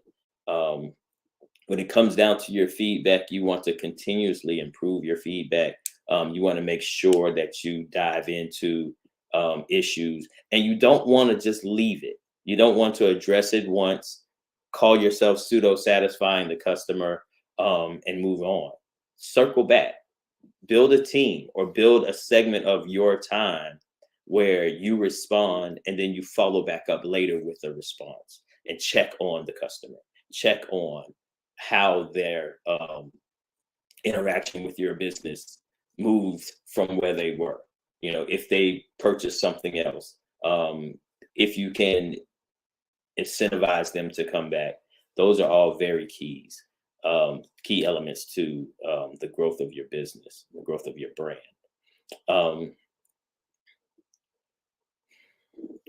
KPIs are important, your indicators are important, and that's how you can truly track your brand. But the reality of it is you can feel it. You can feel when it's moving the right way. You can feel when someone comes and asks you for the T-shirt, or you don't have to force your brand on someone. They're looking for your brand. That's the space you want to be in. And then outside of that, you want to just regularly do reviews, analysis, and make sure you're moving in the right direction when it comes down to your brand. Outside of that, you want to continue to make adaptations and make changes, adjust your marketing. Some things work, some things don't. Some things work based on the timing. And you have to determine, if you put out a project, put out a marketing campaign and it doesn't take off, is it timing based? You were in the wrong space when you launched that, or is it the product itself, or is it just the marketing that you used? Be willing to make the adjustments, be willing to make the changes. Don't hesitate on the adjustments, because the faster you adjust, the faster you can fix it. Just and build solid brands, everyone. There is so much space with the growth of artificial intelligence. There's so many roles that are going to be gone in the next 10, 20 years that are going to be completely computer automated. So now is the time.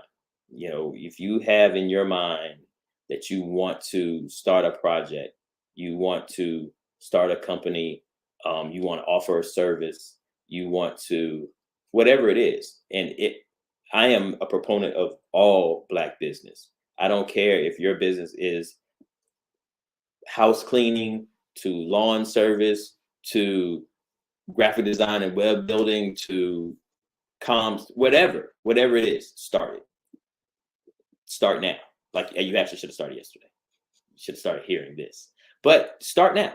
Start now. Contact me, contact the Black Business Network. We're here to help. We're here to help you grow. We want you to be excellent at what you do. So ask for help. I think that's one of the biggest elements when it comes down to brand that we won't do.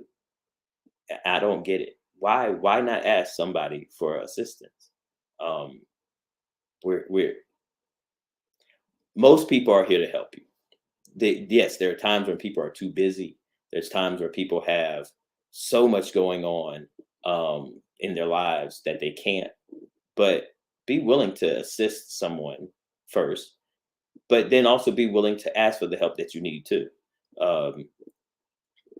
It's key. So let me run back through kind of what we talked about here. So when it comes down to building your brand, first you want to define your core values, your mission statement, and your vision. These are elements that you need to know. So when you have an elevator conversation, not necessarily on an elevator, but you have someone's, 2 minutes of someone's time to explain what you do, you want to know these elements. Okay. Target your audience. So work on your marketing, work on your audience persona, know who your target is, and then determine where is the best space to reach them. Third, your brand personality and voice. Determine your brand voice. Determine the tone of voice for your company. And understand that there's space where you have to take your personal tone out of the business. Visual elements are next. We talked about, I'm huge on visuals again. So make sure your logo is amazing. Make sure your logo stands for and tells what you do, and work on your byline, work on what your company does, build your color schemes out, understand the font selections that you use. Key. Those are key to your brand as a whole. Your storytelling. You want to make sure you take the time to narrate your brand. A lot of that I do through social media now, when I have the opportunities for companies. But you want to make sure your story is compelling, and you want to discuss all of the elements. A great place to see that, Shark Tank. If you watch the story of the invention that they're presenting, that will give you an insight to what the storytelling should look like. And placing that on your social, placing that on your website is key, because people are interested. People love supporting something that's being built from the ground up, or something that makes sense, because a lot of people want to do what you're planning to do. Let's see. Then we talked marketing and promotion. I think those two are key, of course. You have to figure out your marketing channels, and where you want to put your revenue into, and please understand that, yes, there are a lot of free channels, a lot of free stuff you can do, but there's a lot that takes money. So you have to be able and willing to reinvest your revenue back into the growth of your company, and that's through your marketing, your promotion. I am, again, a huge fan of making your, I want to change the term making. Building your brand to where your employees desire to wear your brand. You want your employees to walk around and show your brand and have someone ask about it. That's key. So if the shirt pops hard enough and someone asks, "Hey, what's that?" That's it. You win. That's your win. The great piece now is it's easy to give someone the information. Here, scan this QR code. That'll open up this and show you exactly what we're talking about. So make sure you implement that and use that in your process.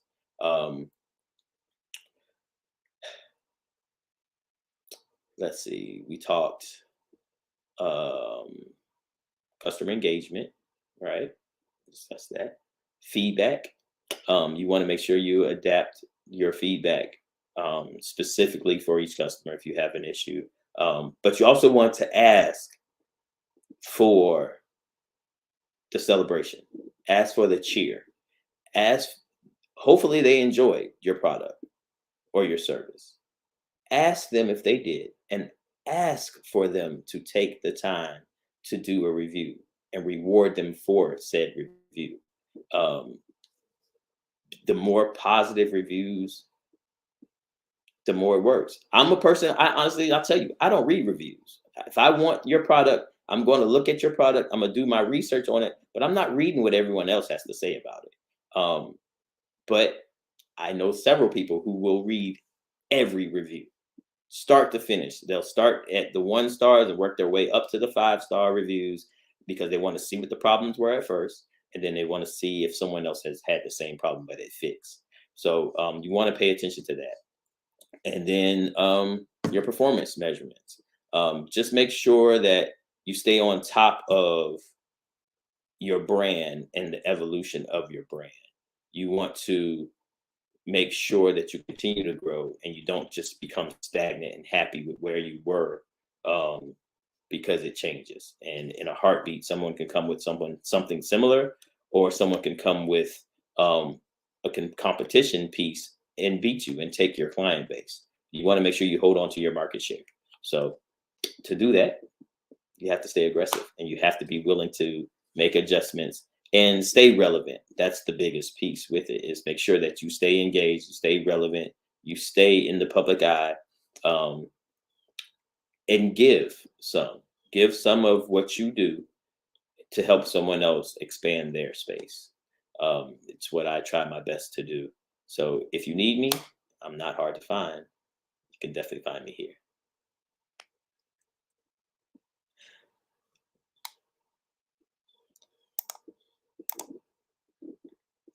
So what I'd like to do is open up for ways to be contacted. The easiest space is email. It's rcheeseborough@gmail.com. Yes, I use Gmail still. I'm a very big Gmail fan. rcheeseborough@gmail.com. My company is Crescendo International. Our website is forcrescendo.com. You can contact me there as well. If you have any questions, any problems, any issues, especially when it comes to brand, hit me up. I'll be happy to help.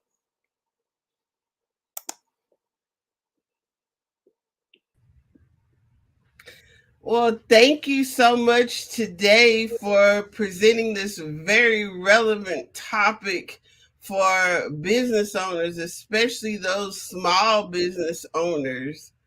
Branding and marketing and social media is the key to letting the world know who you are and what you do on a shoestring budget, correct?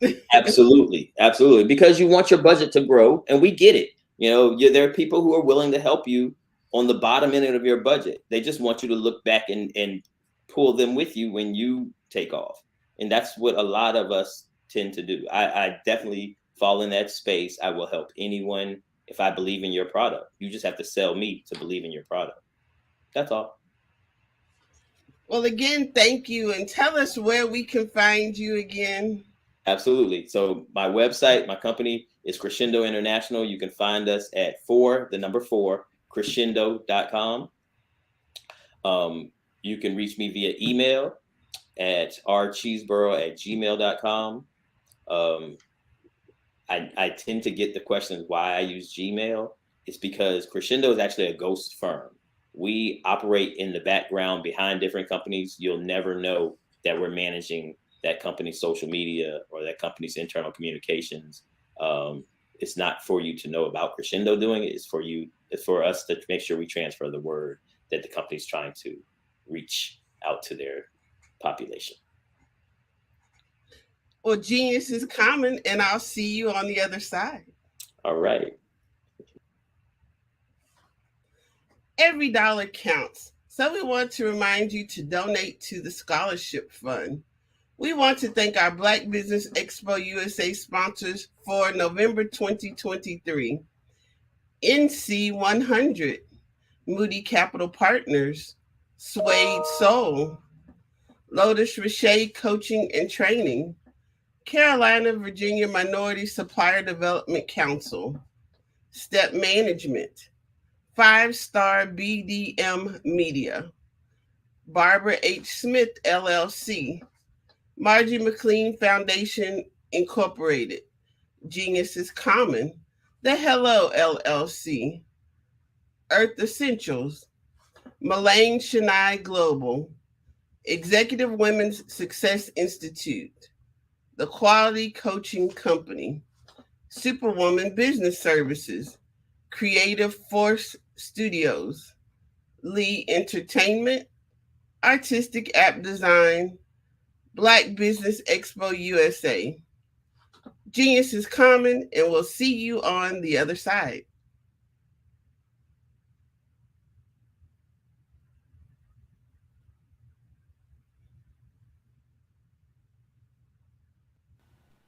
Hello, my name is Kiasi Helm and I'm 14 years old. I think my genius would probably have to be setting goals and achieving them. I say this because ever since I was young, I always wanted to be an author, and at age 11 I ended up achieving this. But not only did I end up becoming an author, I ended up becoming a public speaker, a publisher, a business owner, all these great things. The name of my business is Written by Kids Publishing Company. I decided to start this company because I thought it was important for me to help kids my age express themselves through literacy and just achieve their own goals. Because to me, achieving goals is the best thing in the world to feel. It's you just achieving things and aspirations that you set for yourself. And I know that everybody is capable of this because even if you don't end up achieving the goal, you still tried your best, and that's the most important thing. And everybody is capable of this because genius is common. Thank you. Hello, this is Israel, and I am CEO of Daydreams Interactive and author of Princess Planet. So, genius is common, and as a kid, I loved to daydream. Even as an adult, I love to daydream. And when my daughter became 6 and loved princess characters, but we just could not find the diversity that showed her, we created our own characters. So for instance, you have Princess Nulu right here. Princess Nulu is from Uganda, and her genius is that she loves to take care of animals. She can actually even listen and hear what they say. And then we have Princess Isabella right here. Princess Isabella, she's from Cuba, and her genius is biochemistry. One day she hopes to eliminate disease. Then we have Princess Nia right here, and Princess Nia is based off of my daughter, and she is what she wants to be, the greatest dancer alive. So that's her genius. So what's your genius? My genius is my imagination. Genius is common. Hey guys, my name is Caden. I'm the CEO of Caden Teaches, and my genius is teaching kids about financial literacy. Throughout my financial products, such as my financial flashcards, my activity book, and my newest project, my financial bus, which I bought. And on the bus, it has a mock bank where kids will learn how to deposit and withdraw money, a mock grocery store where kids will be able to learn how to have a family budget, and a mock stock exchange where kids will even be able to learn how to invest in stocks. Now, I decided to start teaching kids about financial literacy because I find that most kids graduate high school without even knowing the basics about financial literacy. And I feel if I were to teach kids about financial literacy, that I would be able to help kids tap into their genius.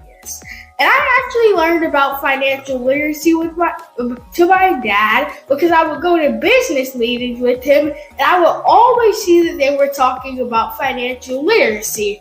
And at that point, I didn't understand what financial literacy was. So I took it upon myself to learn about financial literacy and teach it to kids in a way that they could understand.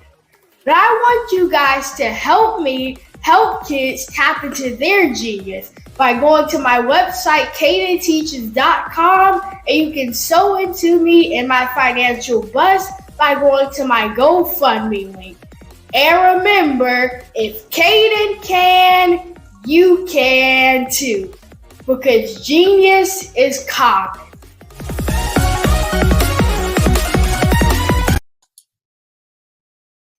Hi, I'm Barbara Smith.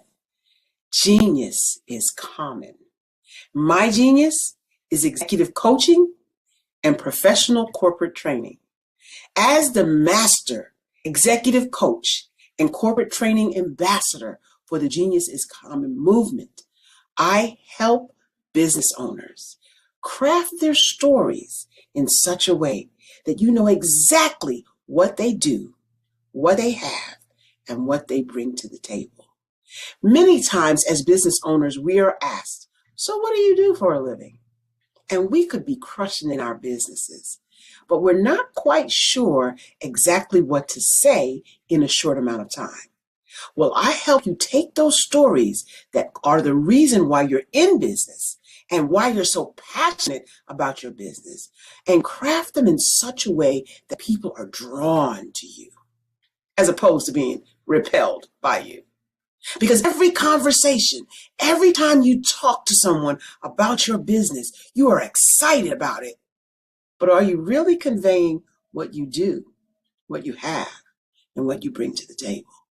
And do really people understand why you care so much and why they should care that you have the solution to their problem? Well, I'm here to help you with that.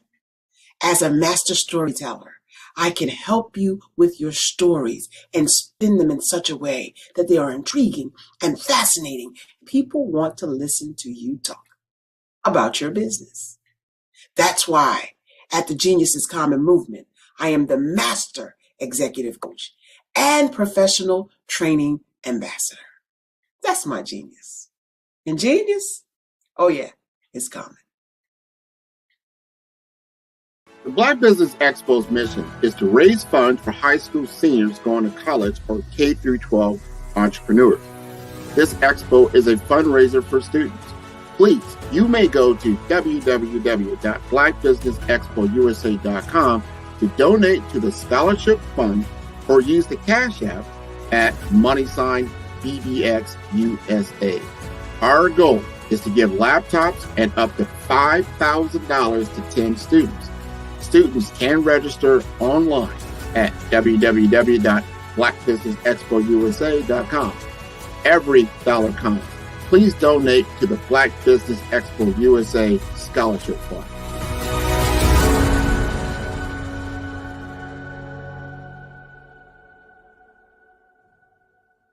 Follow the Brand TV broadcast host, Grant McGaugh, as he visits with top executives and entrepreneurs to find out their secrets of success with their personal brand. Follow the Brand TV broadcast host as he focuses on brand development to build better relationships, bring value to your business, relationships, and career. You will enjoy listening to each episode that is tailored to speak to you directly. If you're looking for this type of clarity in terms of building your brand, you have tuned into the right station.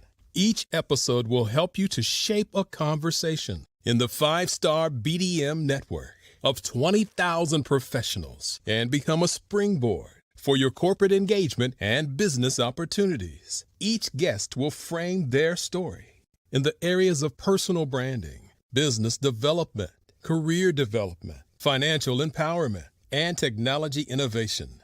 Grant McGaugh explains why he is the CEO and owner of his own professional career.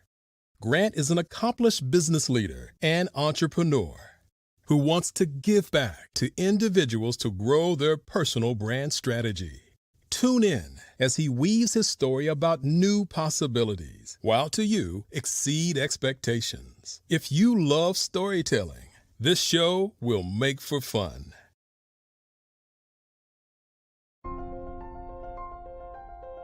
What if you could build your own city? A place where every child can find nurturing people to help them achieve their full potential. A place where every adult can access job training support. Where health education is abundant. Where social justice ruled the land. A place without limitations. Welcome. You have arrived at STEM City USA. It is what every city should be. A safe and trusted community where you find people and resources to help you become everything you are and beyond. STEM City is unlike anything you have ever experienced. It is a digital twin of the world around you, only better. STEM City is about energy and soul renewal. It is more than a digital world. You can almost feel the power of live cultural events, music, and theater. STEM City promises a better future for children with caring mentors and hands-on activities with dedicated tutors to support our youth. STEM City is your passport to a healthy lifestyle with weekly events addressing our community's many issues. STEM City is your financial well-being with helpful information on wealth management, career advancement, job training, and so much more. STEM City is the community you deserve. It is the city where your dreams can come true. STEM City USA, a place in the sky that is accessible to all who reach for the stars.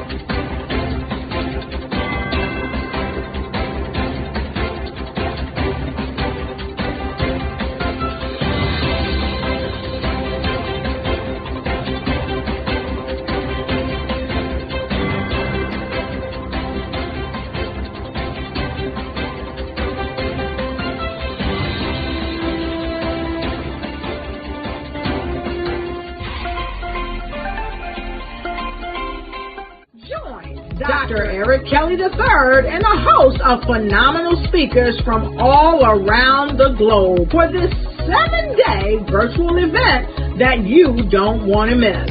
The mission of the Black Business Expo is to raise scholarship money from kids all the way from high school all the way from college. The Black Business Olympics is one of the largest Black business showcases in the world. It is an opportunity for businesses and companies to showcase their businesses globally. We are going to be giving away laptops up to $5,000 away to students. Again, I'm Olivia Appleberry, the founder of 2 Cents Finance and one of the speakers for the expo. I am so excited to see you there. For more info, go to www.blackbusinessexpousa.com or call 919-308-9090 and hope to see you there. I am Black Business. From the moment I wake until the time I sleep. Yes, I am Black Business. I am Black Business. Tell me, are you Black Business? I am Black Business. Do you support Black businesses? Listen, I support Black business because I am Black Business. Black Business Expo, one of the largest business showcases in the history of Black business in the world. The world! Sign up today at www.blackbusinessexpousa.com or call 919-308-9090. I am Black Business. I am Black Business. From the moment I wake until the time I sleep. I am Black business. I am Black business. Are you Black business? I am Black business. Do you support Black businesses? I support Black business because I am Black business. Black Business Expo, one of the largest business showcases in the history of Black America in North Carolina. Join Dr. Eric Kelly III and a host of phenomenal speakers from all around the globe for this 7-day virtual event that you don't want to miss. The mission of the Black Business Expo is to raise scholarship money from kids all the way from high school, all the way from college. The Black Business Olympics is one of the largest Black business showcases in the world. It is an opportunity for businesses and companies to showcase their businesses globally. We are going to be giving away laptops up to $5,000 away to students. Again, I'm Olivia Appleberry, the founder of 2 Cents Finance and one of the speakers for the expo. I am so excited to see you there. For more info, go to www.blackbusinessexpousa.com or call 919-308-9090 and hope to see you there.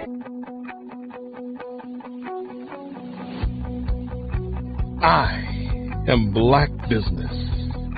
From the moment I wake until the time I sleep. Yes, I am Black business.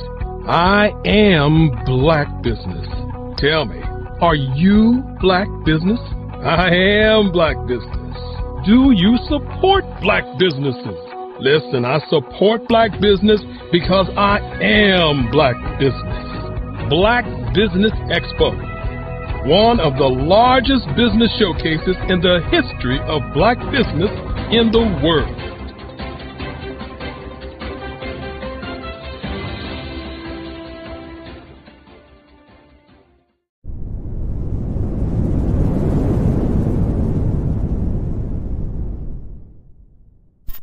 I'd like you to imagine with me, if you will, opening an app where you can collaborate with like-minded individuals from around the world, get inspiration and in-app tools to launch and grow your business, as well as share your knowledge and earn compensation, all in one app. Well, the name of that app is Truso, short for Truly Social. Hi, I'm Matthew Newman, the founder and CEO of Truso. A new concept in social media, Truso is designed from the ground up to be a platform that's both social and empowering for all its users. How exactly do we do that? I'm glad you asked. First, Truso brings the world together via video. Psychologists assert that video provides a significantly more effective connection than audio only. When you enter a community on Truso, you're face to face. Second, on Truso, you don't have to have 1 million followers to monetize. Our business model allows all hosts and moderators to monetize, no matter the size of your following, by 1, producing fee-based content, and 2, inviting others to join the platform as subscribers. Even more, Truso has an in-app resource library with over 100 free resources, forms, and documents to help you build your brand and grow your business. Third, Truso is inclusive. The deaf and hard of hearing communities make up 360 million people worldwide. Unlike audio-only apps, Truso embraces this community, providing a networking platform that allows them to participate via video and closed captioning. We even have a deaf and hard of hearing foundation in the works as well. Fourth, Truso is both social and safe. We refer to Truso as a virtual extension of the beauty shop, barbershop, and brainchild of the community. A place where there's laughter, along with wisdom, growth-oriented conversation, and genuine connections in a safe space. Truso even has proprietary security to ensure we maintain a safe environment for everyone. Where are we at now? Truso is live, y'all. We've launched in beta and we're acquiring users daily. We have an incredible development and marketing team, plus amazing celebrity influencers at the table helping us spread the word around the globe, beginning within the African diaspora and beyond by creating a safe space for growth, connection, and collaboration. We're truly excited about True Self. We've created something special for which there is a global market. And we invite you to embark on this journey with us as a shareholder. The future for Truso is truly bright. Join us and let's go there together.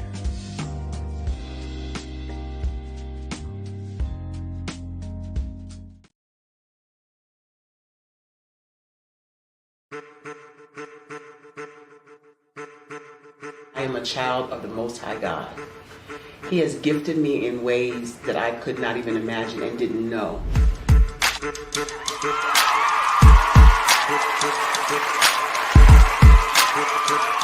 There was a time when I didn't know who I was. I listened to other people tell me who I should be, what I should do. I listened to people telling me that I should be a boutique owner, that I should be a construction manager, that I should be a laborer. Have you ever felt like you should do something else, be something else, go somewhere else, be wherever you wanted to be, and you felt like you were in a box? Anybody in the room? And you couldn't get out? Anybody in the room? And you kept trying to go and you couldn't get out? Anybody in the room? But let me tell you, you need to rock the box. Rock the box.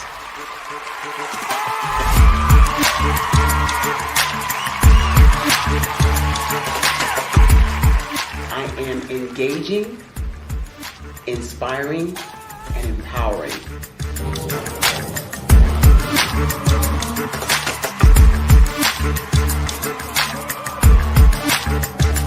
I would give you everything I know. Just by touching you, if I could, by osmosis, give you every single thing I've learned, I've gone through, I know I would. We know that's not possible, but as it is possible, I love to share information with people. Some of you out there, people have told you that you can't be, you can't have, you can't do. But I will tell you, like Kingston said, you can, you must, and you will. If it's to be, it's going to be me. You got to say it. If it's to be, it's going to be. If it's to be, it's going to be. If it's to be, it's going to be.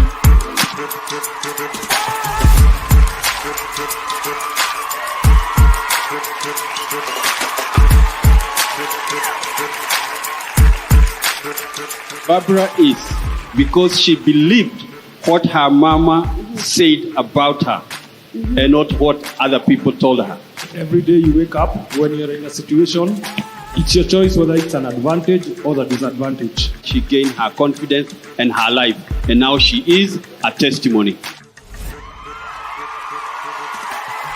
If I can help you elevate yourself, then I feel like I'm elevating my own self as well. What you know and I know together can change the world.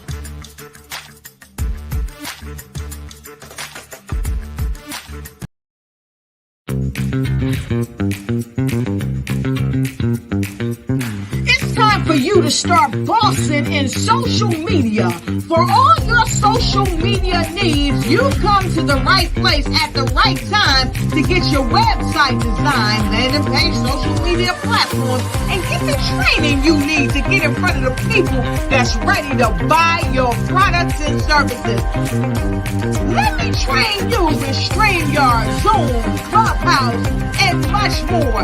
And let me help you get your virtual professionals, not assistants, because assistants can only assist you, but the virtual professionals can give you that professional flavor that you need to expand your reach and increase your revenue.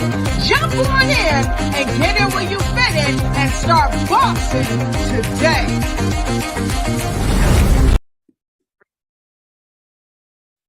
Hello, I'm Dr. Madeline Ann Lewis, President and CEO of the Executive Women's Success Institute.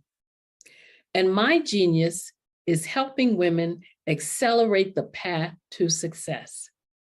You know, I was blessed to have strong women in my life who encouraged, motivated, and pushed me to do my best and to never even think about giving up on my dreams. So I say to women, we must show up to rise up.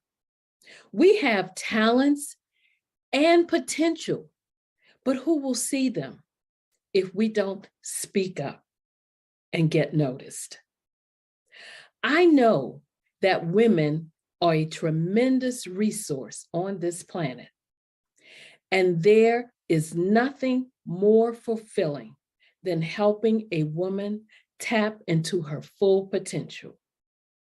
I do this because I want to be a part of helping as many women as I can to show up, to rise up. I do this because genius is common. Did you know women represent just 3% of Fortune 500 CEOs and less than 15% of corporate executives at top companies worldwide? Have you wondered what the secrets are to getting into the top ranks, whether in the private or public sector? Do you want to figure out how to stop being held back in your career or passed over for promotion? Then you're in the right place. Hi, I'm Dr. Madeline Ann Lewis, President and CEO of the Executive Women's Success Institute. I have decades of experience in the military, the federal government, and corporate America. And my mission is to help women succeed and tap into their full potential. I want to reach 1 million plus women around the world to become the leaders they are meant to be. So if you want to move into a management or executive level position, or maybe you are a female veteran transitioning out of the military into business entrepreneurship, then reach out to the Executive Women's Success Institute at 301-693-3284. Let us get you on the fast track to success.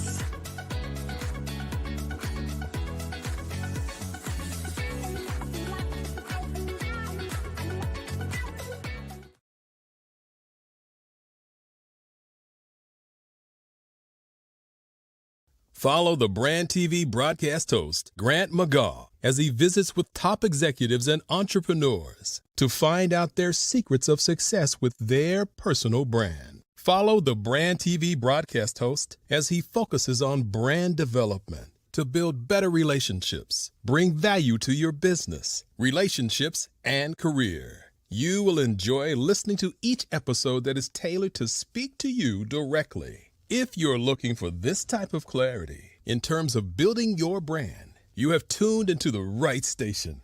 Each episode will help you to shape a conversation in the 5-star BDM network of 20,000 professionals and become a springboard for your corporate engagement and business opportunities. Each guest will frame their story in the areas of personal branding, business development, career development, financial empowerment, and technology innovation. Grant McGaugh explains why he is the CEO and owner of his own professional career.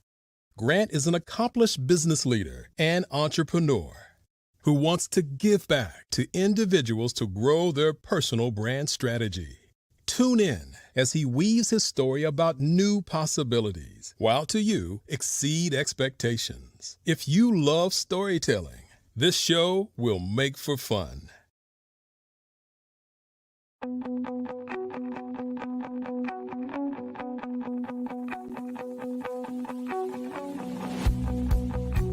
I am Black Business. From the moment I wake until the time I sleep. Yes, I am Black Business. I am Black Business. Tell me, are you Black Business?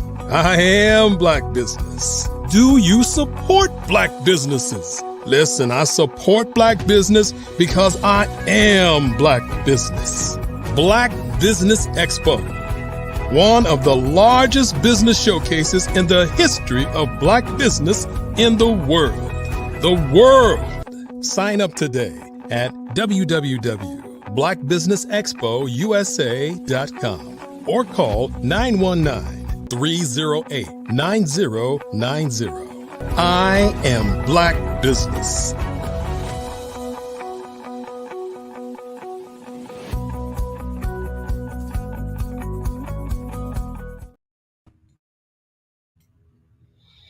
Good morning, business owners, entrepreneurs, thought leaders, and corporations. Welcome to the Black Business Network. My name is Crystal Gomez. I am your business moderator for this morning on the Black Business Network. The Black Business Network is a 24-hour business network showcasing Black businesses, business owners, entrepreneurs, and thought leaders worldwide.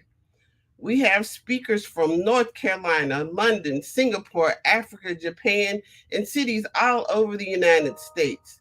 The Black Business Network is a global community sharing its business knowledge to empower, inspire, and educate businesses about business. Our next speaker is Tandra Price. Dr. Tandra Price is a seasoned professional with over 20 years of experience, based in Oklahoma City, Oklahoma. Her passion lies in the transformative power of networking, where meaningful connections can lead to incredible opportunities. Tandra recognized the need for guidance in navigating networking events after attending numerous gatherings that fell short of expectations. She saw people struggling with conversational skills and sought to change that. Through her strategic approach to network development, Tandra empowers entrepreneurs to win. Drawing from her extensive experience, Tandra has trained hundreds of entrepreneurs, equipping them with the skills to build relationships, create opportunities, and generate residual income through networking. She has worked alongside influential leaders in network marketing industries, continuously expanding her expertise. Tandra's commitment to fostering global success led her to create a platform that inspires, empowers, encourages, and educates entrepreneurs to achieve their goals. Tandra's impact extends beyond her network growth work. She co-hosts networking group discussions and frequently serves as a guest speaker on podcasts and at other speaking engagements, sharing her insights and expertise. Tandra Price is dedicated to empowering entrepreneurs and creating a world where everyone can achieve their full potential. I present to you Dr. Tandra Price.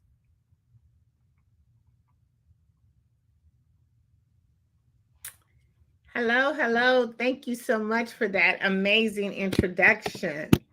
You're welcome. It's my pleasure.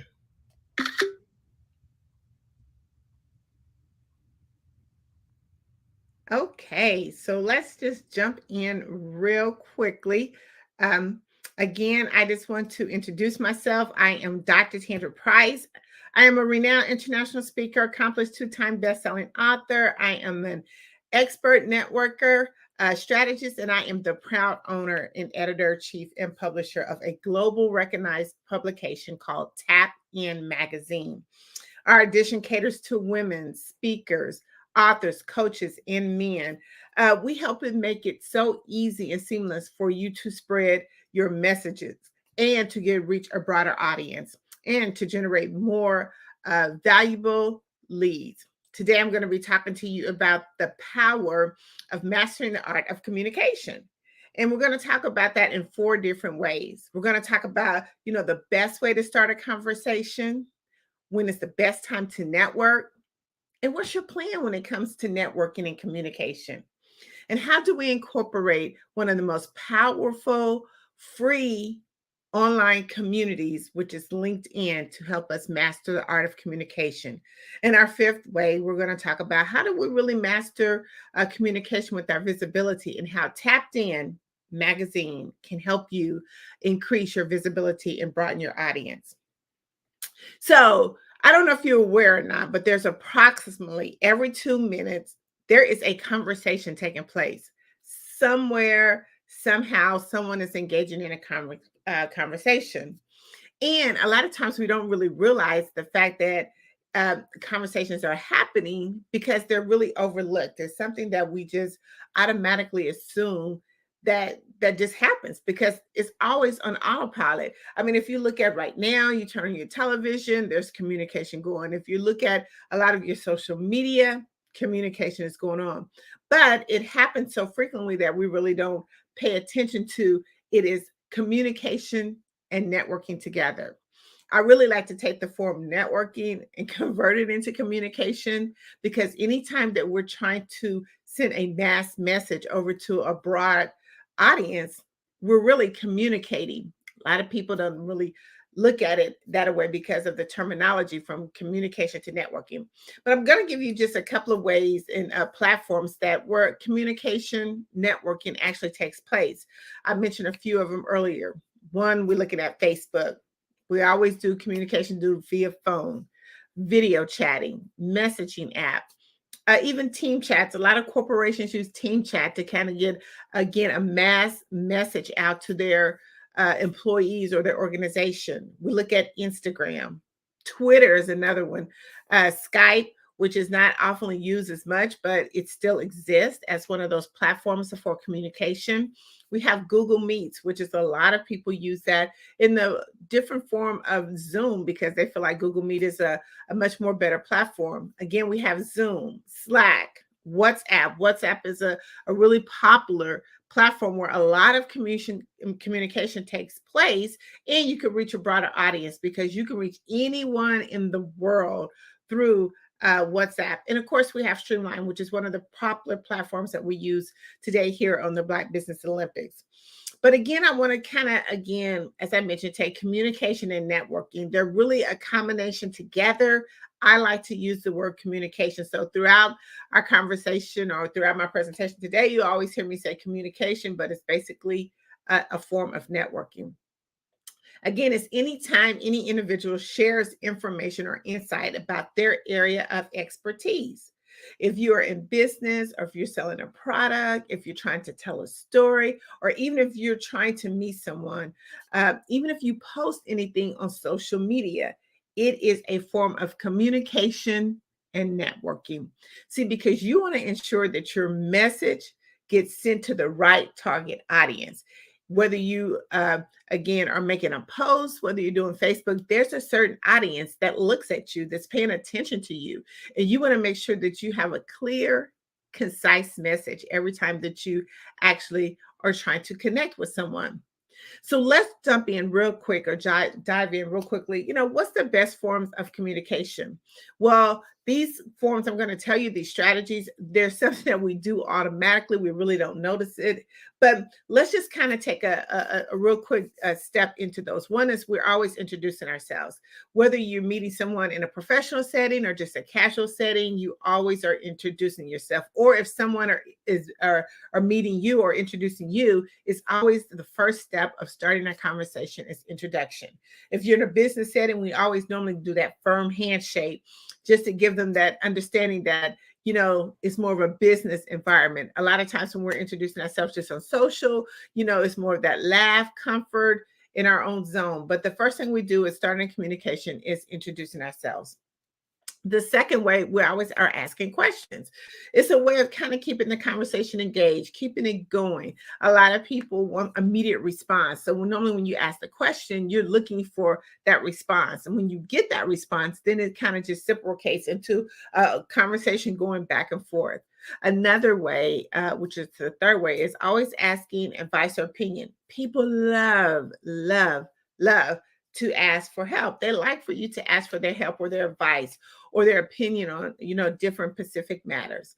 The fourth way is compliment, which is, I feel like it's my favorite way to go into any kind of conversation. It's just doing a compliment. You can compliment someone on their shoes, their clothes, their hair, and it gets that conversation going. It is the easiest way. The fifth way is making an observation, making observations. Let's pay attention to our surroundings, because when you're actually in a conversation, you can always pick different clues depending on where you're at. If you're in a social, professional, or just even at the gas station, you can pick on a certain environment to start talking to someone and generating a conversation. The sixth way is humor. Everyone loves a good laugh. So you cannot help but start a conversation by breaking the ice. I look at humor as an icebreaker when it comes to conversation, because everyone is willing to get that inside laugh joke. And it just helps bring the tension down into the conversation.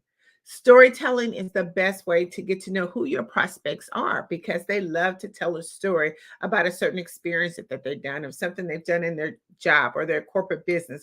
Storytelling is always a way of you defining if you can be of assistance to the person who you're actually talking to, or if you could be the best referral for them. I always show genuine interest when you're starting and when you're in a conversation or starting a conversation. A lot of times when we're trying to start a conversation and tell someone about some of these particular things that are happening, if they're not paying attention, then it kind of like shows that person that you're really not interested. And anytime that you want to have a conversation, they always say, make sure you have that eye contact. Make sure that you're looking directly into the person's face so they'll know that you're paying attention. And whether you're nodding your head or something that gives them that you are part of the conversation. And share your experience. You know, a lot of times if you have been attending an event, share your experience that you've been at that event, or share an experience of something that is a commonality relationship. And always the best way is on current topics. Like a lot of times I always talk about, let's make sure that we're increasing our personal development. So stay abreast of current topics, especially in your expertise in your industry. Make sure that you're aware of everything that's going on and that you could be of some value in a conversation by sharing some of your current topics that is going on. I get a lot of times, because they call me the networking ninja, which is something I got from my clients.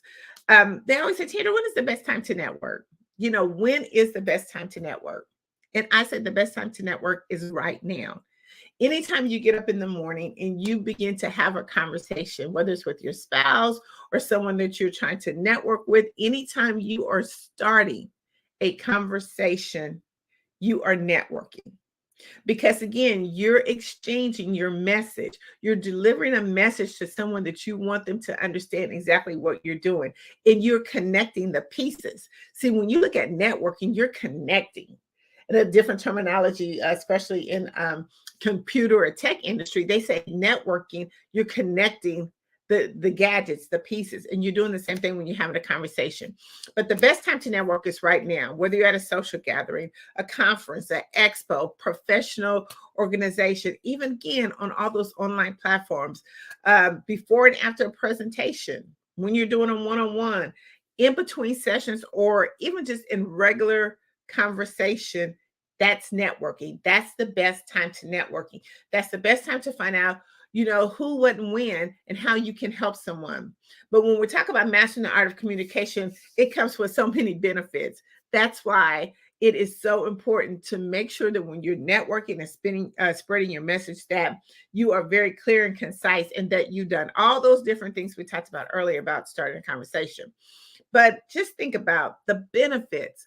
You know, it brings you on different ways to enhance your negotiation.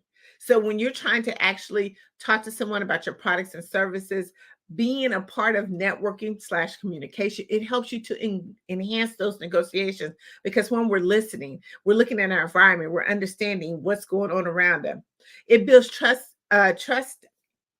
Because here's the thing about it. If people build trust with people who they know, like, and trust. So the more that you're talking, the more that you're communication, the more that you're helping them even share references, you are building that trust and credibility over time.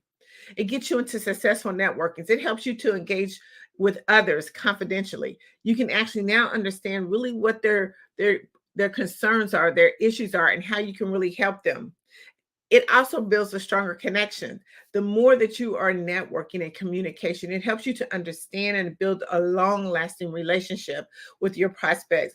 But it also builds loyalty and support. I mean, you can receive more support from others when you are communicating and networking, because they understand actually your industry. They understand exactly where you're going. They understand your vision and mission.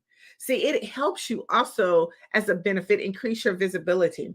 The more that you are networking and communication, that means the more you're out at different social events. It's helping them understand who you are. It's helping with your branding. It helps you to collaborate too, because just think when you go to all those different events, you're collaborating, you're connecting with other people within those events. And then once you start collaborating, then you start building bigger on your platform. It helps you to give what I call the resource bank, be able to pull out your resource bank of different referrals and resources that you could do. Another thing that communication and networking does, the benefit of it is it's giving you access to resources. We talk about a lot of times about building professional development, but in order to sometimes to be able to get into these rooms that a lot of times we don't get opportunities to, it gives you that access to resource, because when you're talking and networking with other people, they're letting you know of different things that's going on or what's been working for them, or different networking events, or even different promotional events that you can use into your business. It helps you to be able to access that resources that you probably wouldn't be able to have access to. Again, brand awareness. We always want to make sure that our brand is out front and forward. I always call it, it's the store display of your, it's the window display of your store. Branding is so important because when they look at through the window of your store, your brand has to be present right then and there. It helps you to promote your business and to a bigger audience.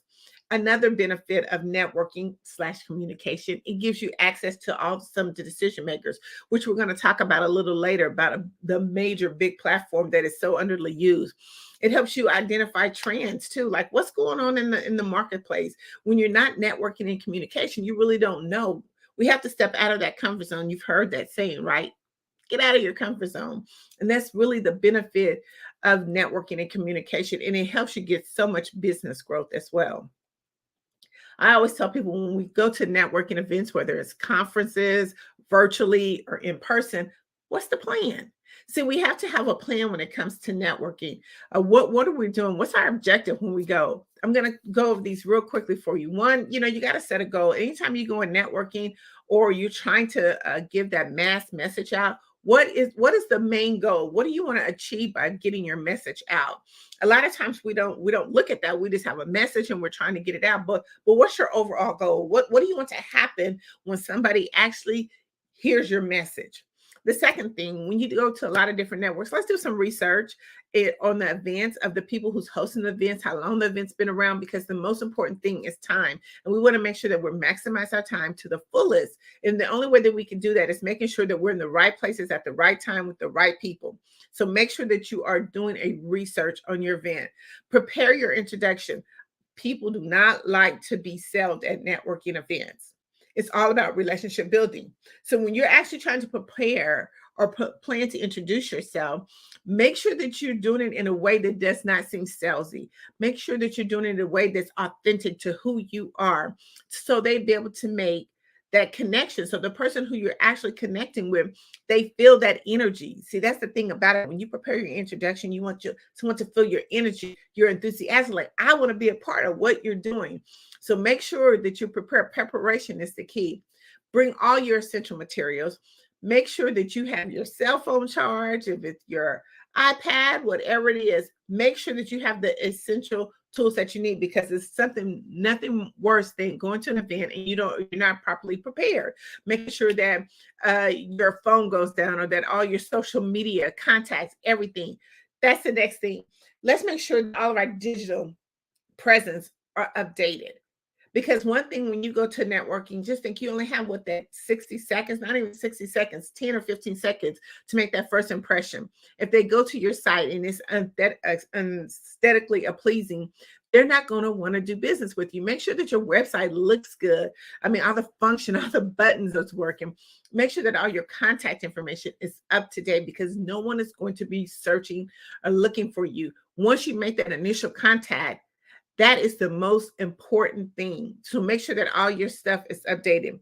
And another thing, when you're actually doing networking, make sure that you're active listening, because what happens is, if you're not actually listening or doing active listening, when you go back for that follow-up process, you can use some of those key methods or those key things that person said that's going to help you generate and connect even better Make sure that you at least go to an event, no matter virtually, in person, that you're connecting with 5 people. Even if you go out and about on your daily plan, make sure that you connect with 5 people.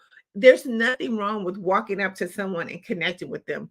If you're an introverted person, don't like to talk, guess what? We're your brand.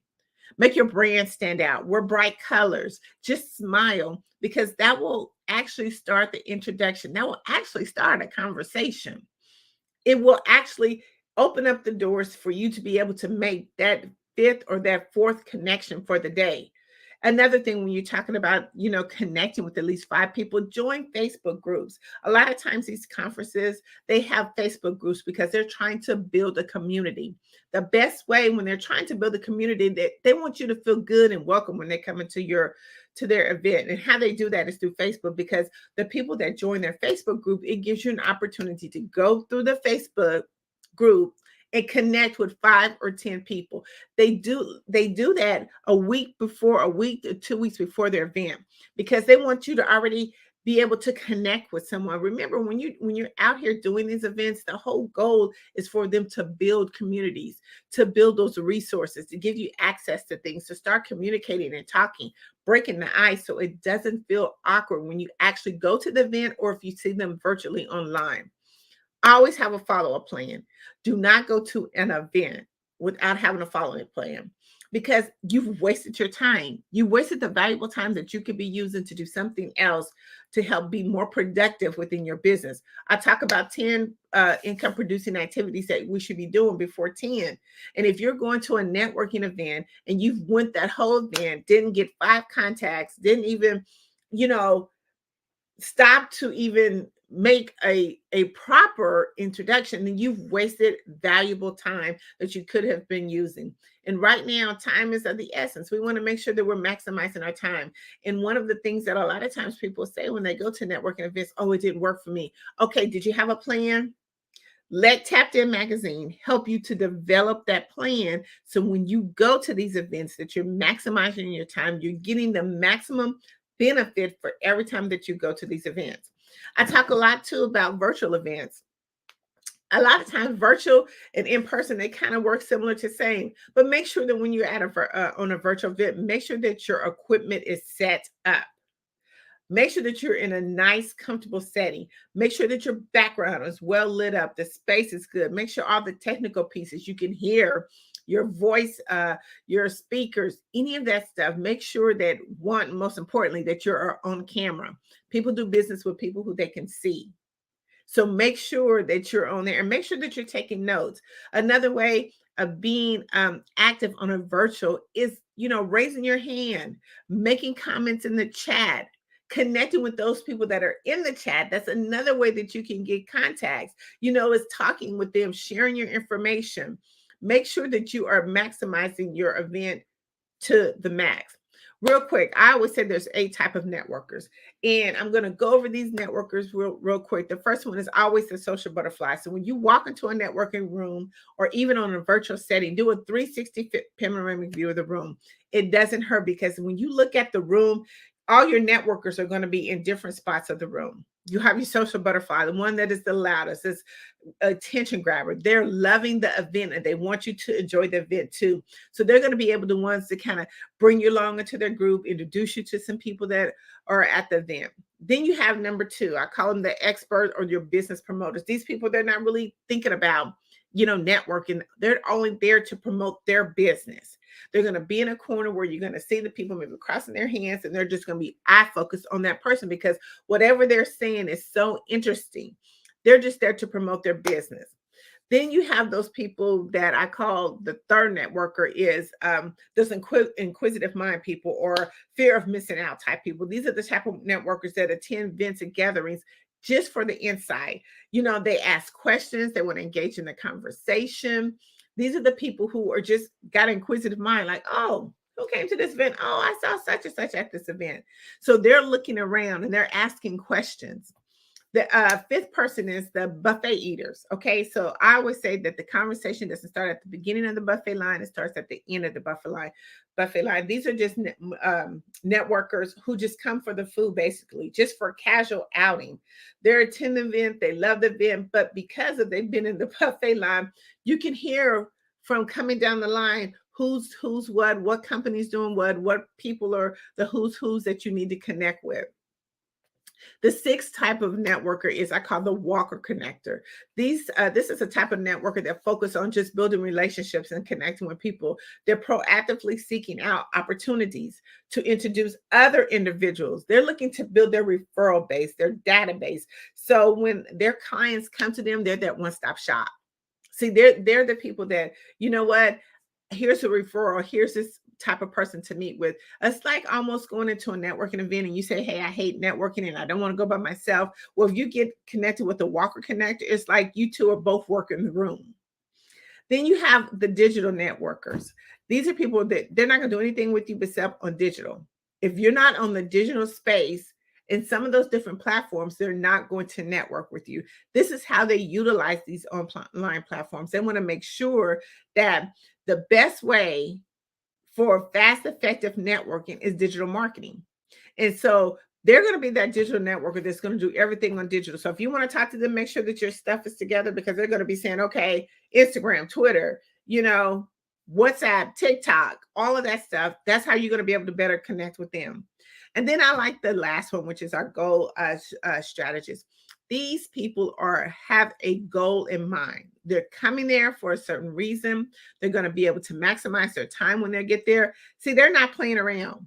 They're on a mission. They're on a goal. They're trying to make sure that when I talked about going to a networking event and you make sure that you're maximizing their time, they're going to get the 5 people. They're not going to just be leaving business cards. See, one of the things that we have so handy dandy to us in our phone is, we have that QR code that you can scan to get your information right off the bat. So that's why you want to make sure that you have all your information together. But they're on a goal because, see, they're trying to build their business and they know exactly who they want to talk to, where they want to talk to, because they've done the research on who the people are in the network. They've looked at the Facebook group. So these people, these networkers, they have a strategic goal that they're looking for. So you can't mess with them. So you got to think about when you go to a networking event, what type of networker are you and where do you want to be at in the room to get the best value, maximize your time. I want to talk about, our fourth one of how to master the art of communication is how does LinkedIn help you with communication? I don't know if you realize, but LinkedIn has over 810 million users. Over 810 million users. Did I mention it was a free platform? It is a free platform. This platform is so underused because we think a lot of the other social media platforms, but this platform, I love it because this is where your decision makers are. This is where people who are actually looking to do business with you. But how do we do it? We have to start the communication. We have to make sure that our communication is clear, concise, and memorable. See, we do a LinkedIn bootcamp, and we help you to mastermize your LinkedIn profile. But we take it a step further because we go through a whole 6 weeks worth of intense communication on your LinkedIn profile, and you'll be amazed of what your LinkedIn account can do for you, free or if you have the paid version. But the very first thing is I talked earlier about is that your business is your storefront. It's like your window display. So when they open up the door of your business, you want to make sure that you have everything intact. And that's how LinkedIn can help you. So let's dive into some real quick ways of how do I really mastermize this. And again, we'll be talking about this in our 6-week LinkedIn bootcamp, but we also do a weekly, how do I leverage and maximize my LinkedIn profile? And I'll give you both of those links if you're interested in wanting to use this over 810 million user platform. But the very first thing you need to have, just make sure that you have a professional picture. A lot of times we look at our profile pictures and they need to be very clear and crisp. Make sure your profile picture is inviting. See, a lot of times we get into those studios and we make those very, poses and we make them look sharp, but are they appealing? Are they friendly? Do they make it seem like, hey, you can come talk to me? Like, I'm open. The next thing you want to do is make sure that you have a headline. It is so important that your headline is your branding. So if your headline is not not displaying exactly what you do, it's going to be hard for when someone is searching for you to really understand what is it that you do.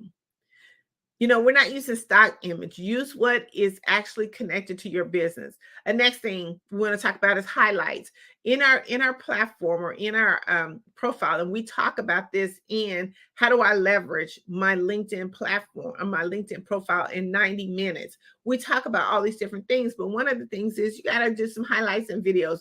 Most people are now looking at videos. They're so engaged in videos more than they are print or more than they are writing. You have to make sure that another way to get your message out is do some videos, do some reels. It's the most effective post. You'll get so many more impressions on it.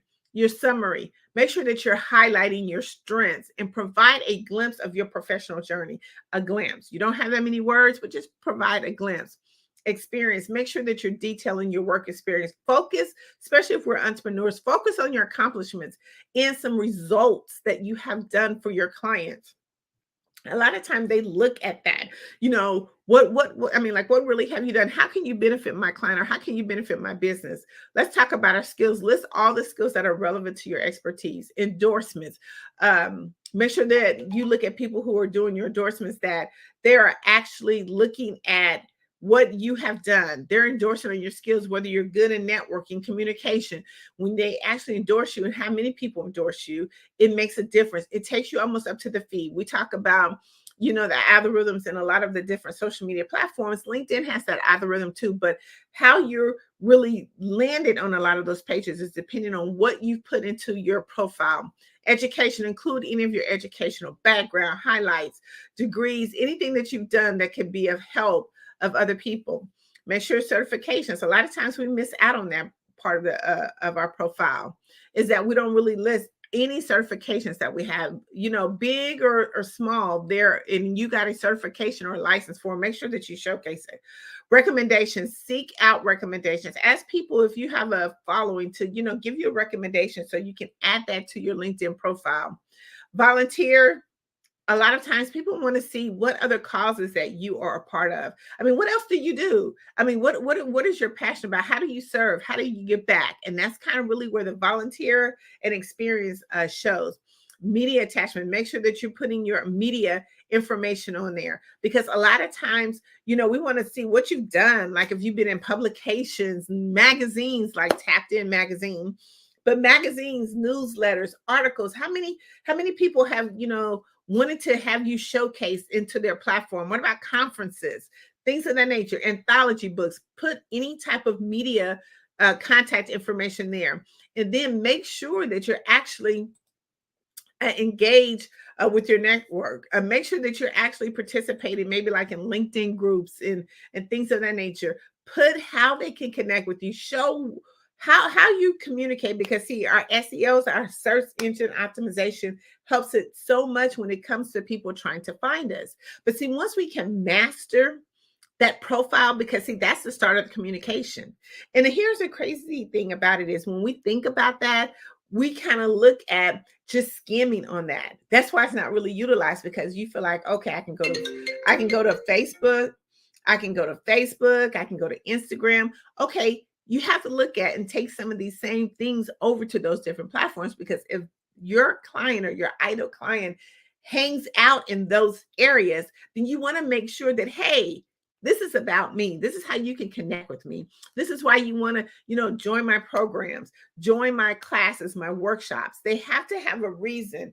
And the better you make it, the more people that you're going to get. The LinkedIn process is because, see, you have their email. You have so much access to them. You have their email. You have their direct connect. Anytime that you want to be able to connect with somebody, you have all the information right there at your hands. So you don't have to go and search for it. So we want to make sure that we utilize that. Join us on our it's 90-minute mastering how do you level your LinkedIn profile. We'll walk you through the steps. We'll show you exactly how that. And then you can jump on over to our bootcamp, which we go into such great detail. We have had so many clients who didn't realize the power of their LinkedIn profile. We took them from having 500 followers to now they have over 3,500 followers and growing because we've showed them different techniques of how to do it. We host this workshop on Wednesdays. So if you want to be able to take advantage of a free platform, join us on our LinkedIn boot camp and our mastering your LinkedIn profile. I want to just talk about a little bit about Tapped In Magazine and how that intertwines with what you do. So what happens is the most important thing with any business is to maximize your visibility. We want to make sure that you're seen, heard, and noticed. But how do you do that? You have to have a platform that can seamlessly put you in different places that you're not in.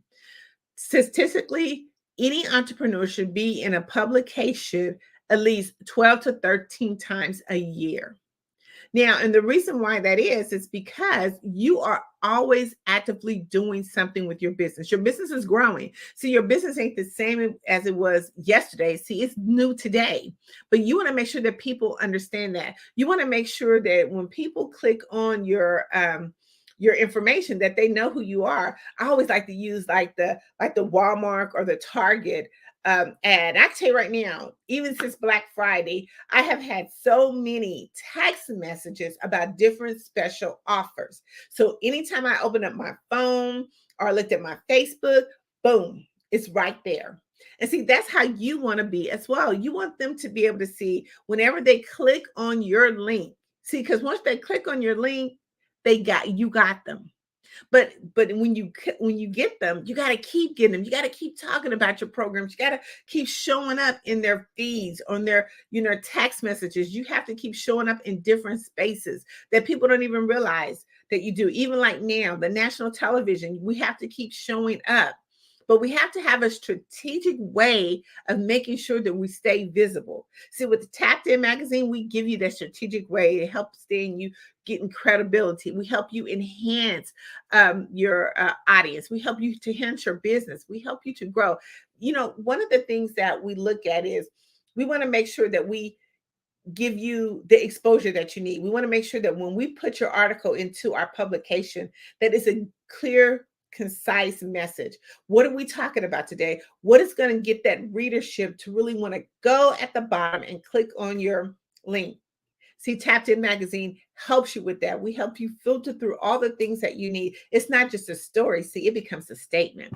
See, when you actually go into a client and you hand them a publication with your picture on the front, it's no longer a magazine. See, it becomes a statement. It becomes that conversation piece. It becomes you're mastering the art of communication because see, not only are you getting that message to them, but see, that message is going broad. See, they'll look at it and they'll be like, wow. Okay. See, they've taken the time to strategically increase their visibility. See, another thing that with all the mastering of art of communication, you got to get your voice amplified. How do you amplify your voice? Like, how do you scream out loud without really screaming out loud? How do you do that? See, Tapped In Magazine helps you do that. One of the things that everybody wants to do is have that global audience. How do you get into a global audience? A lot of times we go into stages and we talk internationally, but there's much more to a global audience. How do you actually be able to be like on their platforms, on their newsstands, in their feeds? See, we make sure that by our global reach, especially being in the UK, it gives us access to those people who we're trying to connect with. We talked about when is the best time to network. Right now. So when we look at Tapped In Magazine, we look at taking you every space that we go, like we're going to the Super Bowl. So when Tapped In Magazine goes to the Super Bowl and we make everything aesthetically pleasing for our clients, people click on the message and they're like, oh my God, you have X, Y, and Z. But see, here's the unique thing about how we help you to amplify your voice is that when you come into our publication, everybody gets on the front cover. Let me say that again. Tapped In Magazine, everybody gets on the front cover. We normally take up to 15 people per publication, but every person gets on the cover of that. Let me tell you why that's so important. See, we wanted to be unique. We wanted to change the networking space. We wanted to make sure that everybody's voice get heard multiple times. And how do you do that? by being on the front cover. Because see, the more times that you're on the front cover of Tapped In Magazine, the more people from the other networks are going to be looking at you. So they're going to be looking at you. See, it's not just, okay, today I get this magazine and then I put it on the shelf. Tapped In Magazine is going to help you to amplify your voice and show you how to get that global audience, that global reach. How do you connect with other influential leaders that are inside of the publication? See, it's no longer a magazine. It's a statement. So go to tappedinmagazine.org. We're working on our holiday issue. We would love to have you here, but make sure that you always are mastering the art of communication. Well, thank you so much. I want to be seen. Well, come on. I'm coming. So again, where can we find you? You can find me at Tapped In, that's TAPIN magazine.org. It's all one word. Go there, click. We have our Black Friday special still going. So yeah, join our publication. Well, thanks again. Yes, thank you. Genius is coming, and I'll see you on the other side. Genius is coming, and I'll see you on the other side.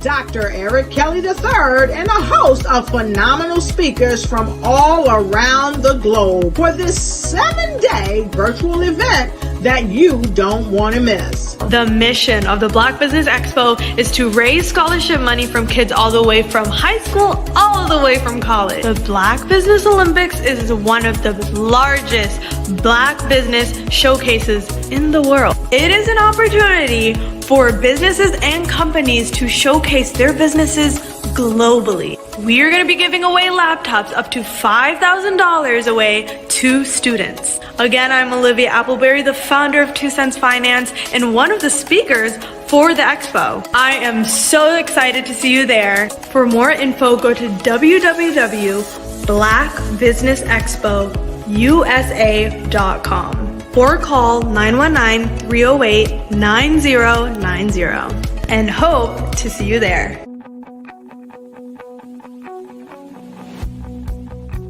I am Black Business. From the moment I wake until the time I sleep.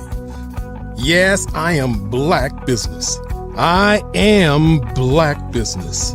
Tell me, are you Black Business? I am Black Business. Do you support Black businesses? Listen, I support Black business because I am Black Business.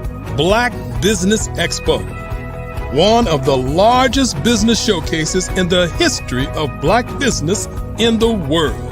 The world! Sign up today at www.blackbusinessexpousa.com or call 919-308-9090. I am Black Business.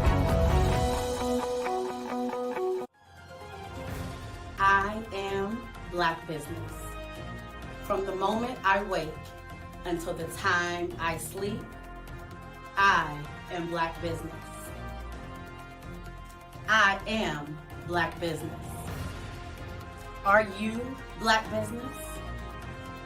I am Black Business. Do you support Black businesses? I support Black business because I am Black Business. Black Business Expo, one of the largest business showcases in the history of Black America in North Carolina. Sign up today at www.blackbusinessexpousa.com or call 919-380-9090. I am Black Business. I am Black Business. From the moment I wake until the time I sleep, I am Black Business. I am Black Business. Are you Black Business? I am Black Business. Do you support Black businesses? I support Black business because I am Black Business. Black Business Expo, one of the largest business showcases in the history of Black America in North Carolina. Sign up today at www.blackbusinessexpousa.com or call 919-380-9090. I am Black Business. I am Black Business. From the moment I wake until the time I sleep, I am Black Business. I am Black Business. Are you Black Business? I am Black Business. Do you support Black businesses? I support Black business because I am Black Business. Black Business Expo, one of the largest business showcases in the history of Black America in North Carolina. Sign up today at www.blackbusinessexpousa.com or call 919-380-9090. I am Black Business. I am Black Business. Are you a forward-thinking entrepreneur or business owner? The world is changing faster than ever, and it's time to pivot and adapt to the future. Hello LLC is here to help you do just that. Hello stands for helping enterprises leverage leading-edge optimizations. Our innovative solutions can streamline operations, reduce overhead costs, and give you a competitive edge in a market projected to reach $5 trillion by 2030. By pivoting to the metaverse, businesses can tap into a rapidly growing market that is projected to be a significant part of daily life for 25% of Americans by 2026. As a full digital metaverse agency, the Hello LLC can help you create custom solutions to streamline operations, increase productivity, reduce costs, and drive brand recognition. Why should you pivot to the metaverse with the Hello LLC? By leveraging cutting-edge technology, you can provide immersive experiences for your customers, expand your global reach, and unlock new revenue streams. Contact us today to make the pivot.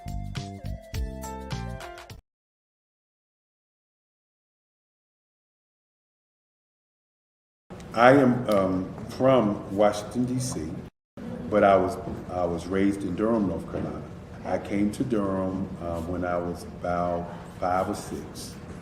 And then I travel back and forth to D.C. because it's where my people are from. One of the unique things about my family is my mother, she's also an artist. She does quilting. And she does a lot of artistic things. And then my son, he draws with both hands, his right hand and his left hand like I do. So that's kind of a family trait. And then my other son, he's a videographer, and my daughter, she works, she's a regional vice president for Sunglass Lab. When you start out drawing and sketching, you want to continue to explore, you know, each avenue. I do pastels, I do pen and ink, I do painting, I do acrylics. I haven't done oils yet. But I try to do all facets of art. What I say to a lot of times to people is, you know, you can't put yourself in a box when you're an artist. You have to explore. And over the course of my life, I've tried to explore different mediums. I also do sculpture. as well.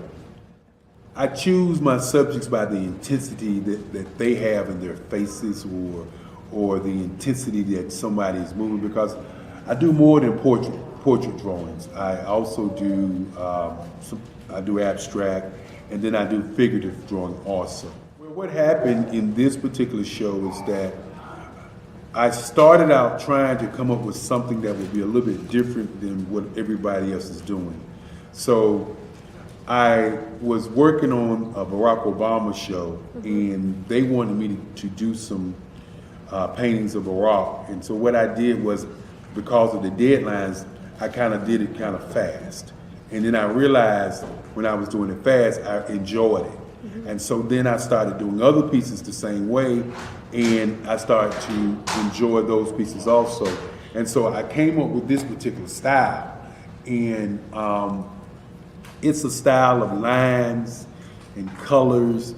And what's interesting is that when I was in college, I did a show called Lines, Colors, and I talked about the boldness of the blacks, the hotness of the whites, and this is how this has come about, later on in my life. And the colors comes from a lot of the entertainers that I work with, where they wear different colors. They don't wear, your plain reds or your whites. They wear different colors, and so that's also another piece of what's giving me the colors. The subtitle of this show is Faces That Speak Life. That's real critical. Faces that speak life. Each one of these pieces is a life source and a life energy that's being put on display for people that are looking at it. I always say in terms of my art, it's not important that I draw them. It's important what you get out of what I draw. I don't try to just draw it because you like it. People wanted me to do prints. I didn't do prints. People asked me to do different people, but the people that I choose are people that make a difference in the lives of people in the world. So the human landscape idea was, again, as I say, the lines represent your emotions, it represents your ideas, and it represents your journey as a human being. And that's why you get the different pieces and the different looks. And as you notice, I try not to do one look that looks alike another look. And that's what's the most important part of this show. Hello, I am Dr. Eric Kelly III, the visionary strategist and founder of the Black Business Olympics. I invite you to showcase your Black-owned businesses on the Black Business Network global stage. The Black Business Olympics is a global Black Business Network platform that propels Black-owned businesses into the international spotlight. By showcasing your business on the Black Business Olympics platform, you can reach a worldwide audience of potential customers, partners, and investors. You can also establish yourself as a thought leader, an expert in your field, attract lucrative partnerships, and more speaking engagements. In addition, the Black Business Olympics platform provides a valuable opportunity to connect and collaborate with like-minded entrepreneurs and business professionals from around the world. This can lead to new business opportunities, ideas, and relationships. Finally, by sharing your story and expertise on the Black Business Olympics platform, you can inspire and empower others. This is a powerful way to make a positive impact on the world and leave a lasting legacy. If you are a Black-owned business owner, I encourage you to seize the opportunity to showcase your business on the Black Business Olympics platform. It is a once-in-a-lifetime opportunity to make an indelible mark on the world.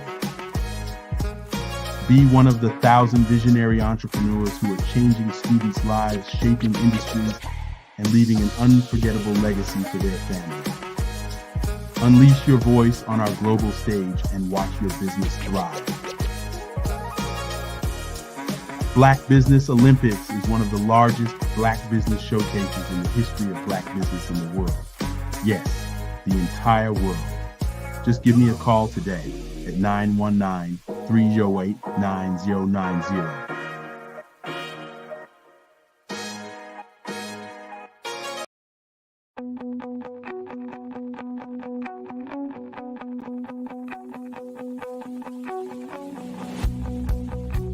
I am Black business. From the moment I wake until the time I sleep.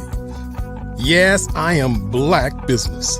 I am Black business. Tell me, are you Black business? I am Black business. Do you support Black businesses? Listen, I support Black business because I am Black business. Black Business Expo, one of the largest business showcases in the history of Black business in the world. The world!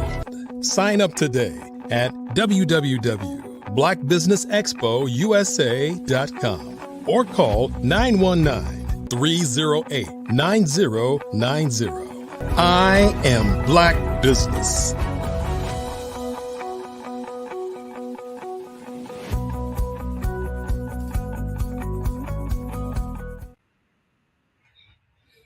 Good morning, business owners, entrepreneurs, thought leaders, and corporations. Welcome to the Black Business Network. My name is Crystal Gomez. I am your business moderator for this morning on the Black Business Network. The Black Business Network is a 24-hour business network showcasing Black businesses, business owners, entrepreneurs, and thought leaders worldwide. We have speakers from North Carolina, London, Singapore, Africa, Japan, and cities all over the United States. The Black Business Network is a global community sharing its business knowledge to empower, inspire, and educate businesses about business. Our next speaker is Dr. Sandra Wall Williams. Dr. Sandra Wall Williams is an accomplished senior executive in higher education with over 25 years of extensive experience, achievements, and demonstrated results as a leader, faculty member, mentor, coach, consultant, speaker, and practitioner in higher education and technology. From 2001 until 2016, she was the Senior Vice President and Chief Information Technology, Data, Business Intelligence,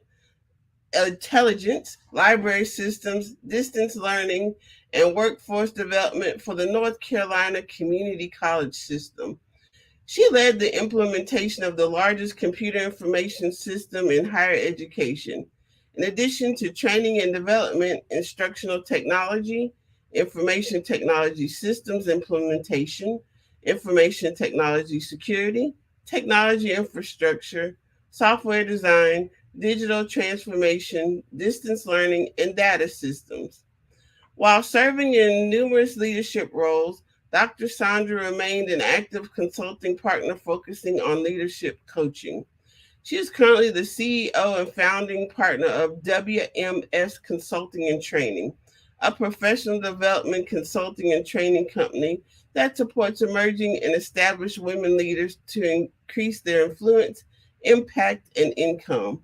She is a member of the Board of Trustees at Wake Technical Community College, Board of Directors for the Ultimate Medical Academy, North Carolina State University College of Sciences Foundation Board, Public School Forum, and Girl Scouts Coastal Pines. She is a member of the steering committee for Wake Invest in Women, a published researcher and author in her professional field of technology and adult education. She has written 3 books, co-authored 6 books, and numerous articles and book chapters. I present to you Dr. Sandra Wall Williams. Good morning. Good morning. How are you this morning? I'm well. How are you? Wonderful, wonderful. Thank you for that introduction. Oh, you're quite welcome. I can't wait to hear what you have to share with us. Oh, I'm excited. Thank you.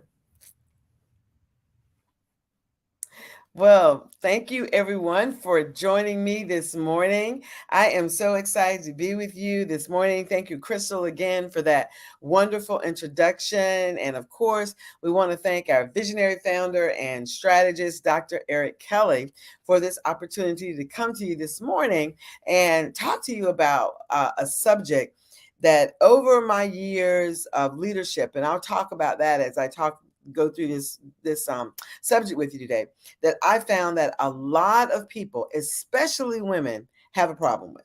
Okay, a lot of people, especially women, have a problem with.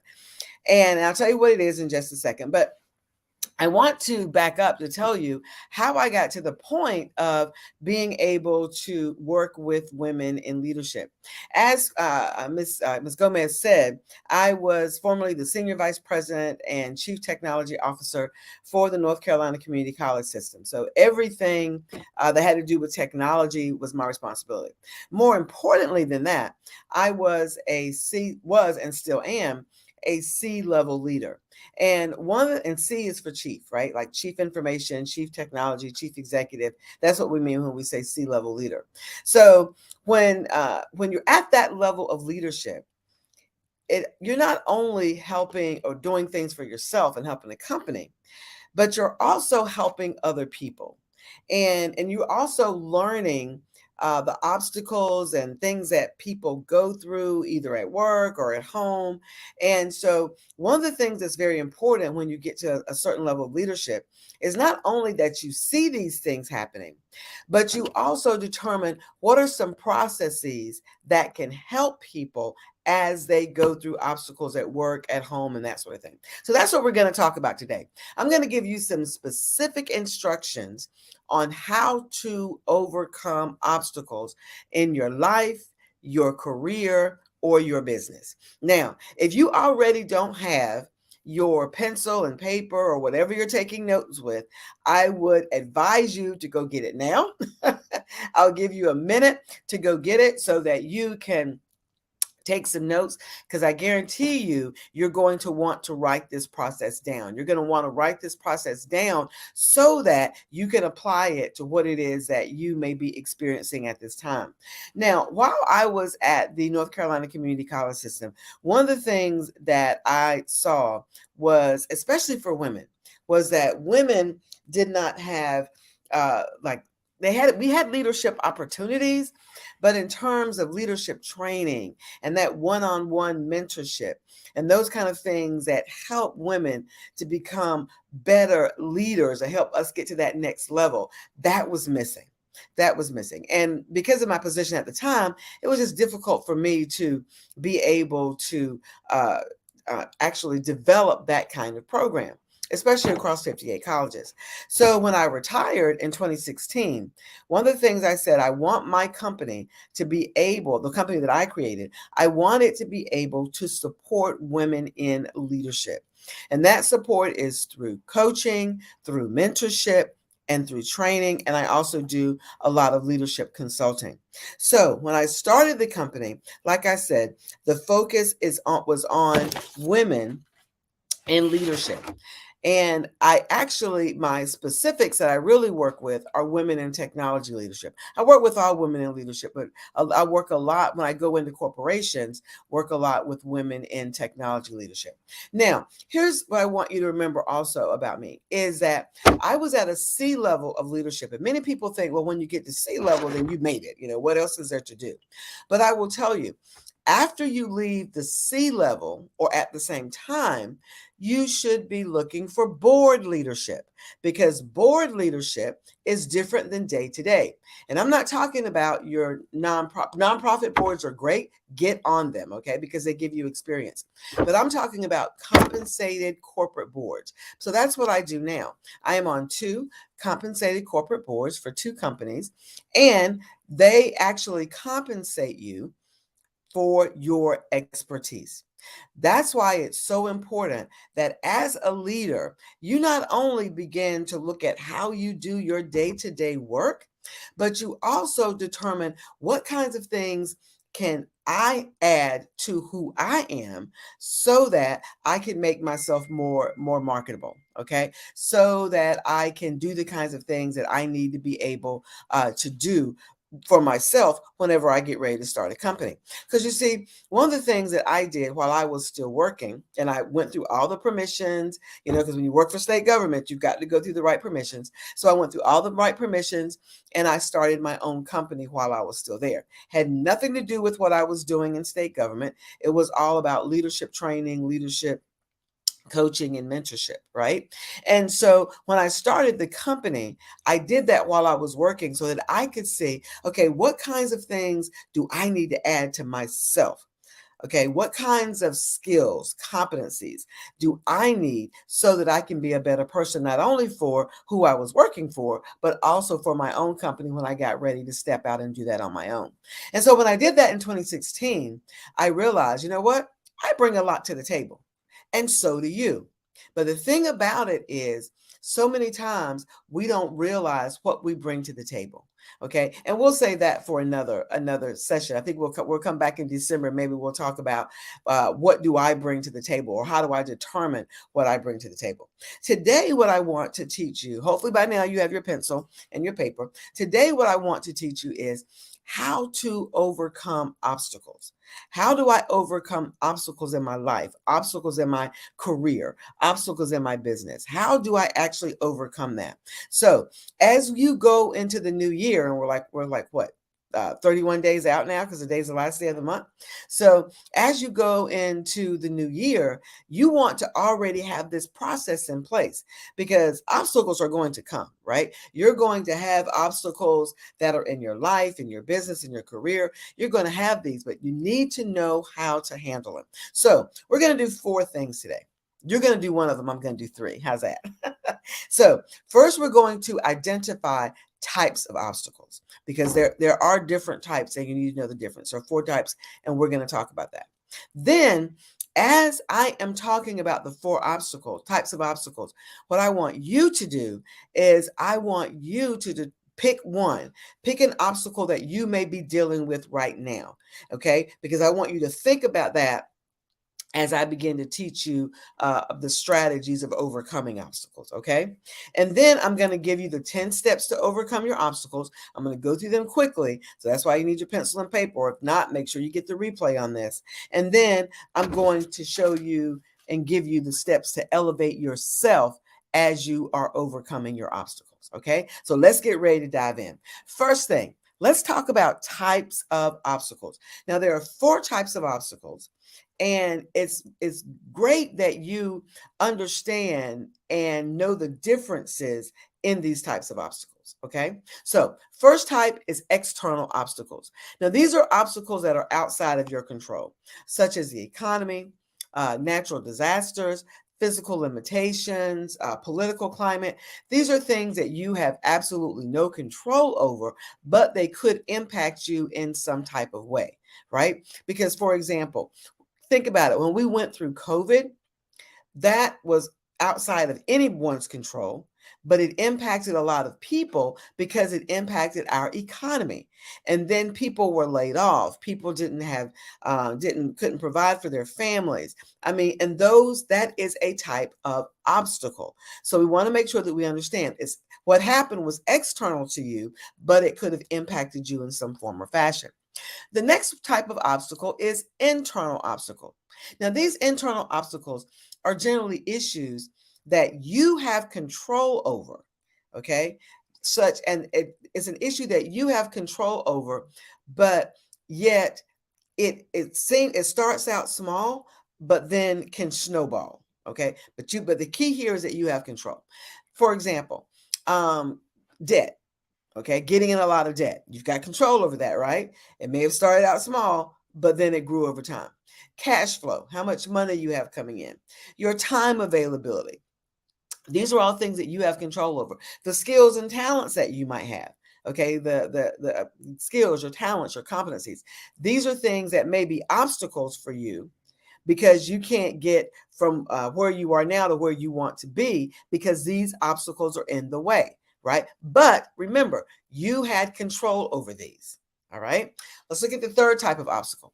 These are called social obstacles. And social obstacles reflect how other people and situations can be a hindrance to you. Other people, now this is still other people that can be a hindrance to you. For example, you might be working with someone that's uncooperative. Right? You may need support in something, but you don't have that level of support, or need support from someone, and then they won't give you the level of support that you need.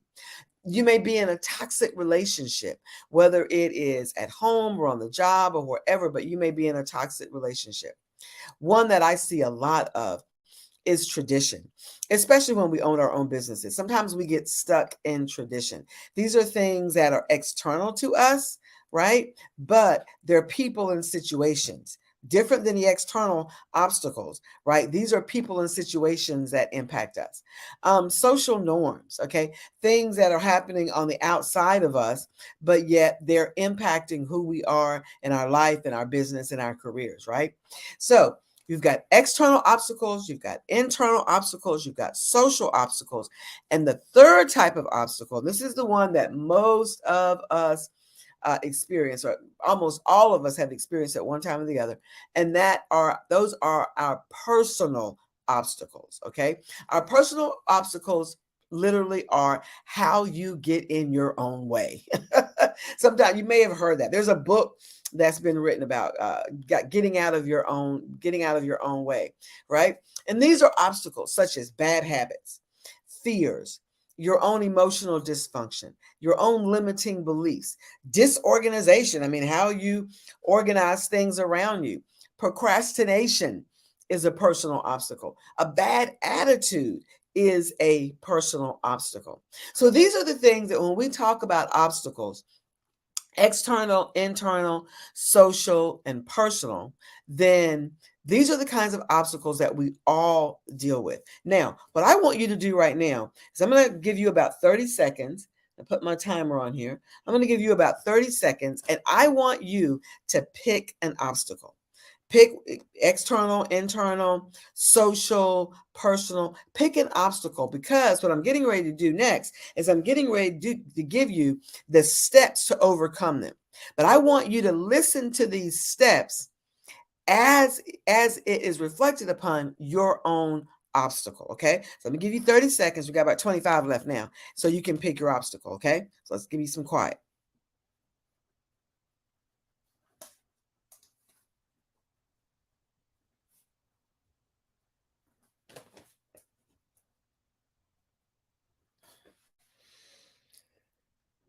Okay, we got about 10 more seconds.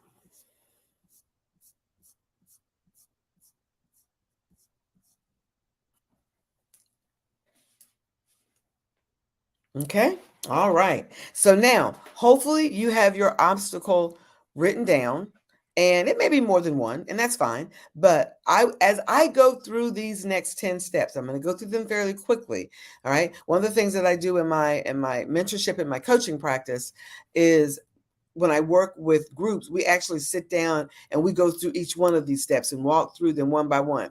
The reason being is as it relates to themselves, right? The reason being is because you need to know how these steps relate to what you're experiencing, right? Not what I'm experiencing, but what you're experiencing. That's why I had you write down your steps. And I actually wrote down one myself, okay? So now, step number one. Step number one is to identify your obstacle. You can't, let me say this very slowly. You cannot fix something that you are not willing to identify. And that's what I had you do. That was the first thing I had you do. I said, identify an obstacle. I said, write it down so that you can think about that obstacle as we go through the steps. So step number one is to identify your obstacle. Now, step number two, and this one takes a little work. Step number two is to adjust your attitude about your obstacle. Now, what do I mean by adjust your attitude about your obstacle? When I say adjust your attitude about your obstacle, so many times when we look at our obstacles, we look at it from a negative perspective. Okay, we look at it from a negative perspective. Okay, I'm going to take the obstacle of procrastination. Okay, the obstacle of procrastination. Almost everyone has or will in the future deal with the obstacle of procrastination. So if that's the obstacle that I've identified, say I've got a report that's due. Okay, this is something that I actually dealt with. Okay, not too long ago, had a report that's due on a certain date. Procrastinated a little bit because I thought, oh, it won't take me that long to get it done. But then It's like, oh my goodness, this report is due in like 10 days and I need to get to work. Okay. Now, when we talk about adjusting, as I identify the obstacle. So when we talk about step number 2, adjusting your attitude about the obstacle, what we're looking at here is you can't spend time saying, this is not something I want to do. Okay. You can't continue. This is what hurts us so many times in moving past obstacles, especially one like procrastination, for example. That's a personal obstacle. So you can't spend time saying, oh, I don't want to do this for my business, or I can't learn this, or this is not something that I should be doing. You've got to adjust your attitude.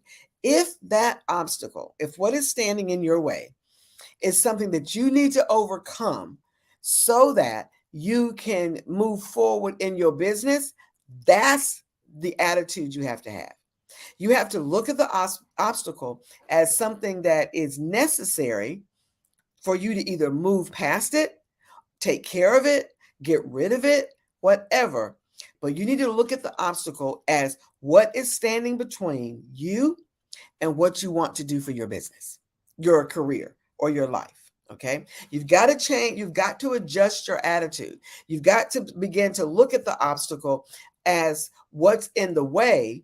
And then that way, when you look at it from the perspective of this is in my way so that I can't move forward, then you'll begin to say, okay, what can I do about this obstacle to move it out of the way so that I can move forward in a particular area? Okay. That's step number 2. So step number 3 is take time to process your obstacle. Take time to process this obstacle. Now, what do I mean by process? When I say process, you need to understand, why is it that this obstacle is standing in my way? Why am I allowing procrastination, for example, to stand in my way? Why didn't I start on the report 6 weeks ago or 4 weeks ago or whatever? Why didn't I start? You have to take time to process that particular obstacle because there's a reason why you didn't. Now, as leaders and as business owners, especially in leadership, sometimes we don't take time to process. Okay. Sometimes we don't take the time to process and to see what's going on and to understand, why is this an obstacle in my life?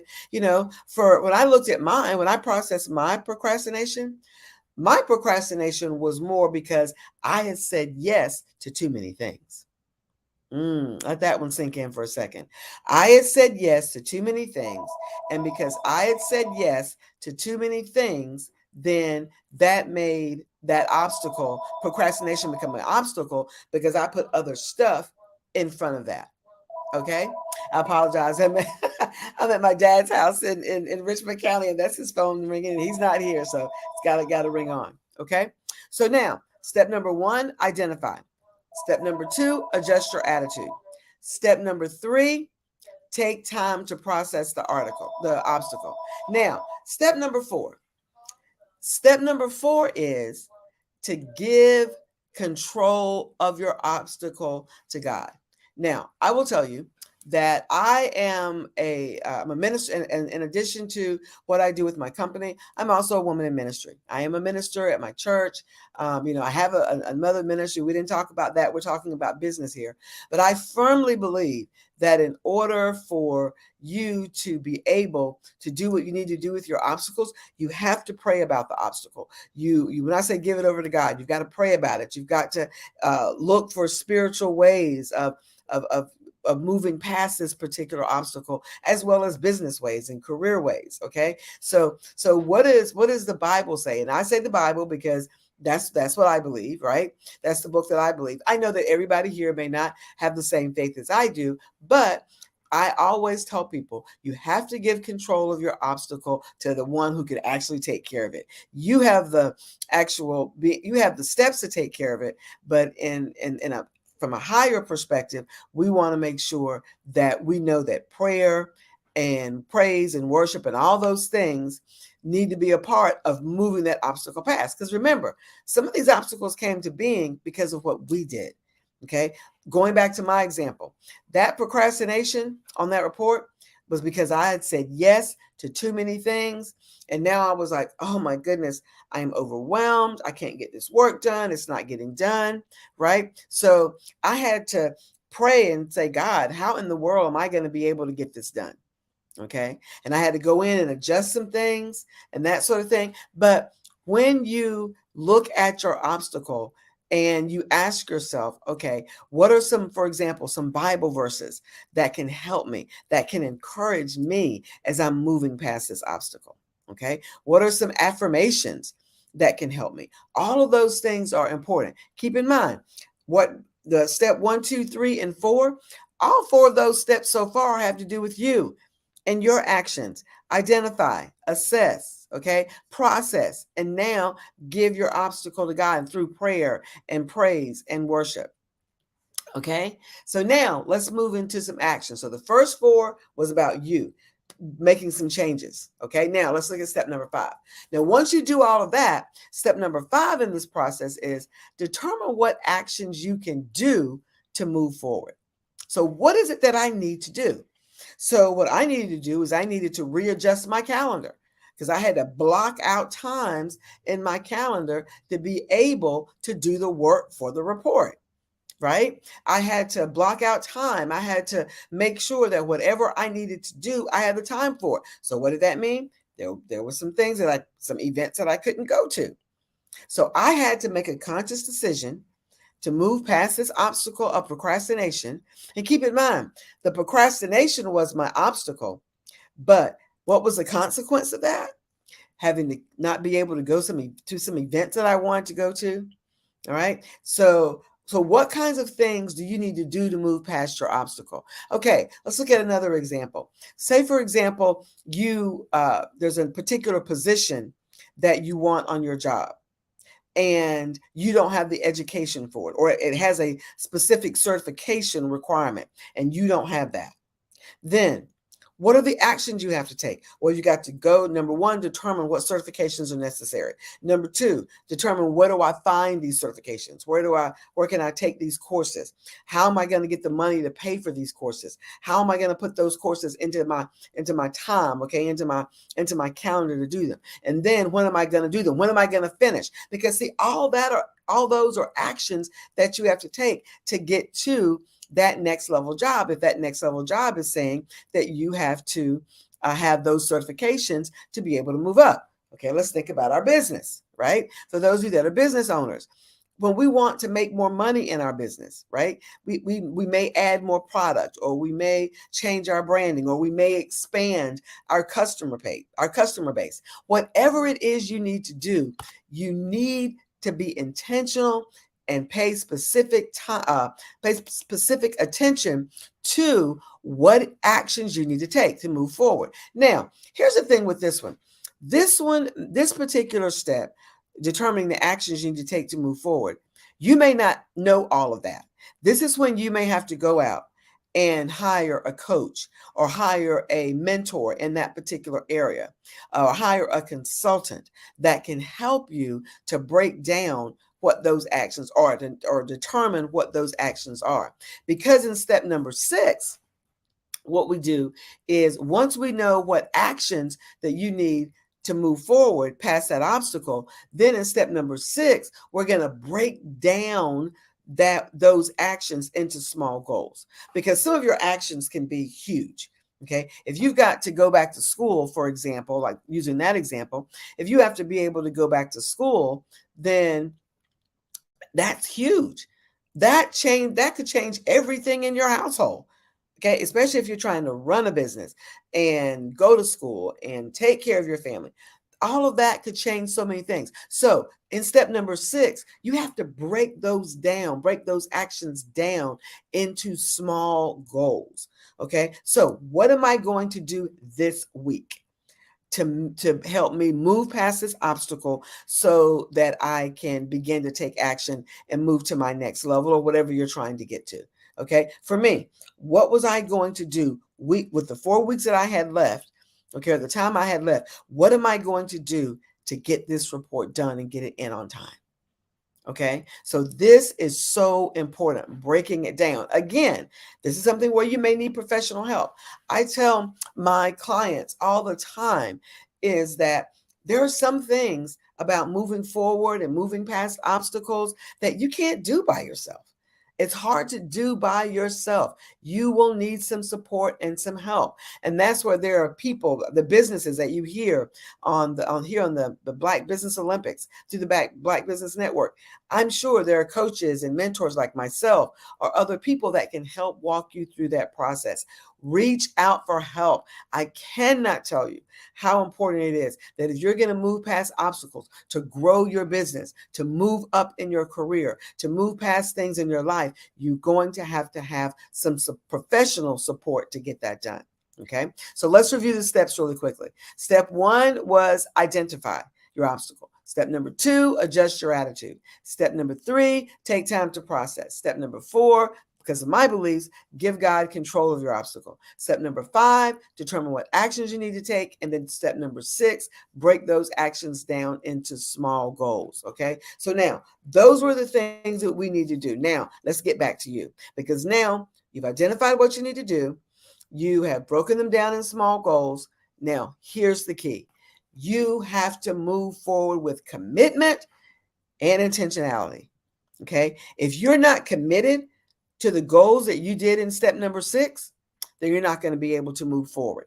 Okay. Because for you, it's just going to be something on a sheet of paper, something that looked good at the beginning of the year, but you're not committed to doing the work. Let me tell you, moving past obstacles is hard work.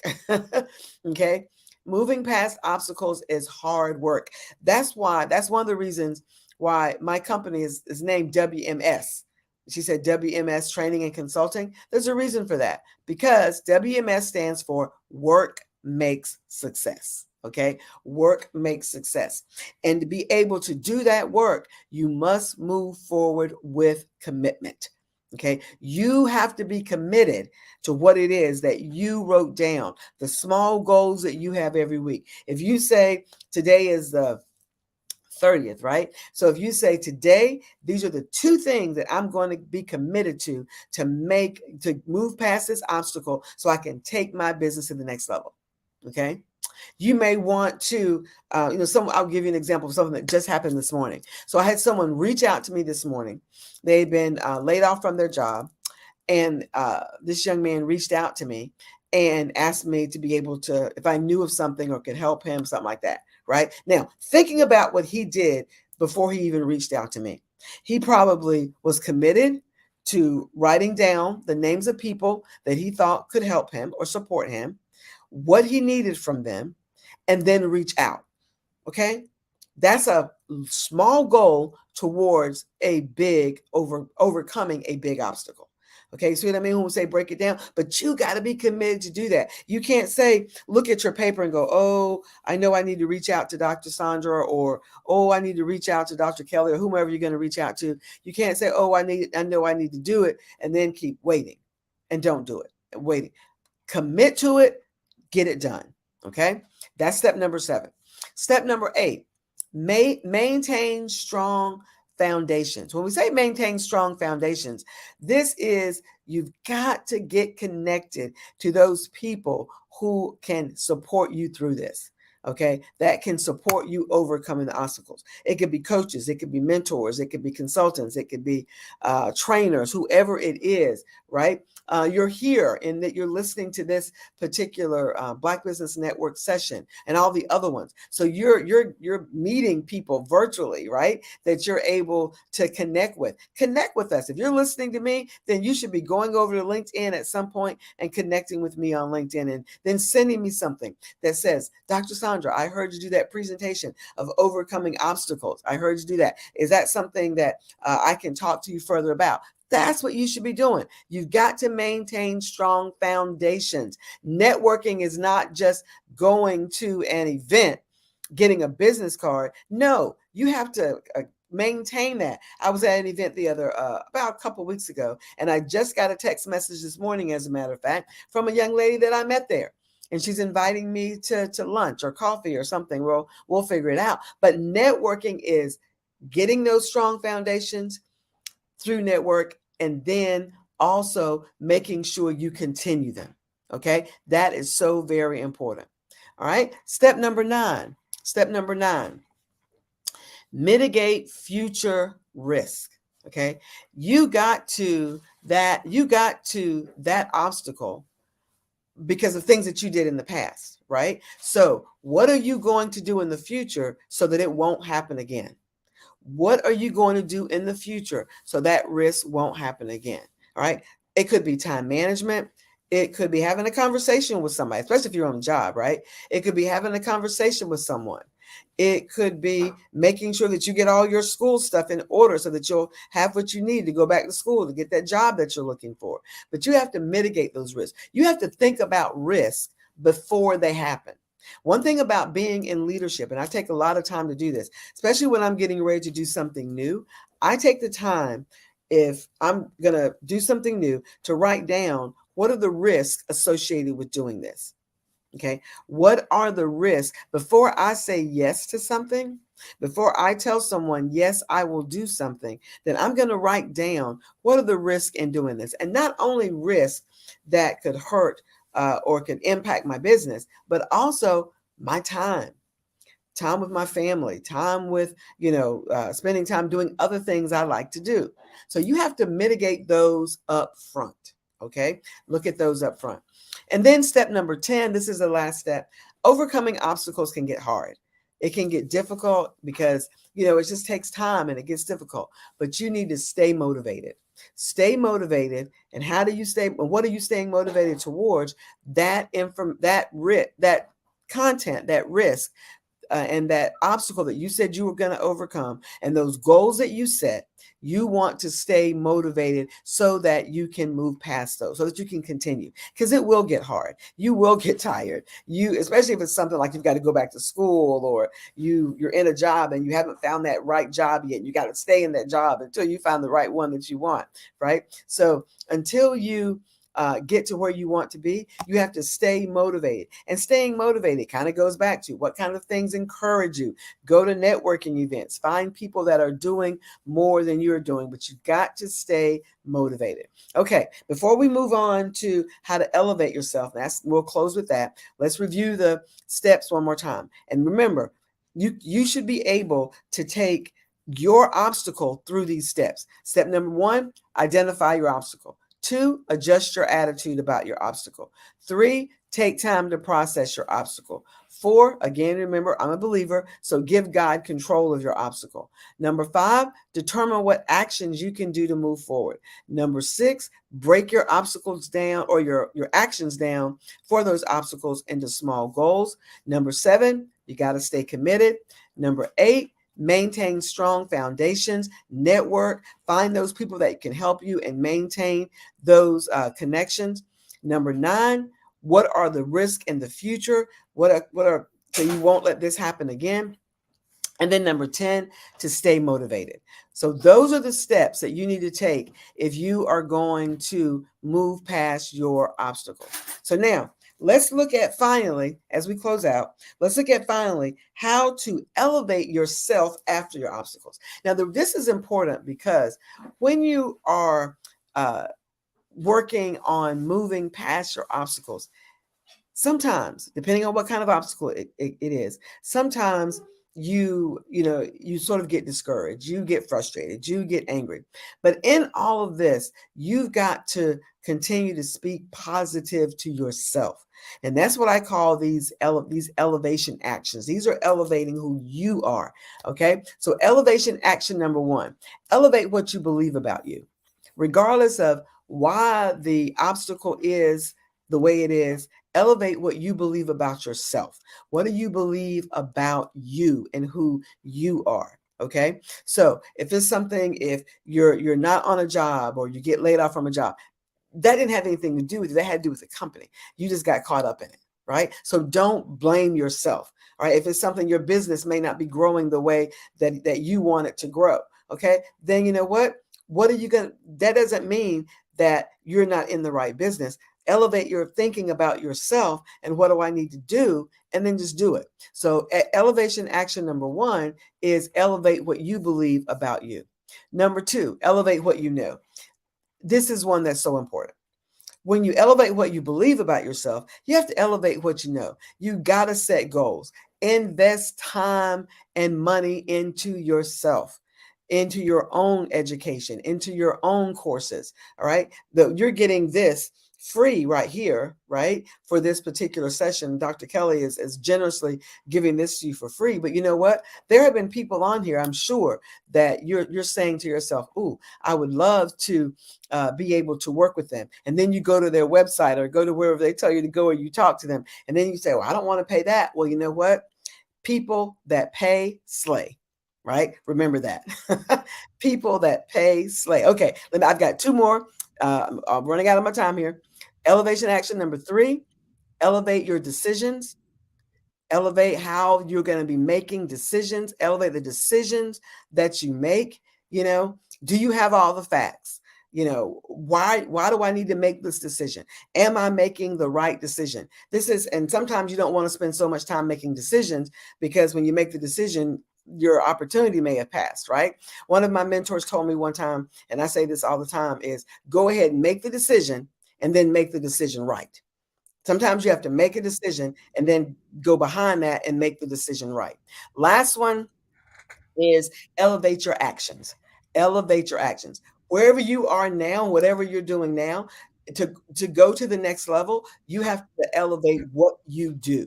Okay, the kinds of things you do, your attitudes, your actions, your habits, your character, all of those things impact where you are going. The things I do today and the kinds of things I do today aren't the kinds of things I did when I started working 25 years ago.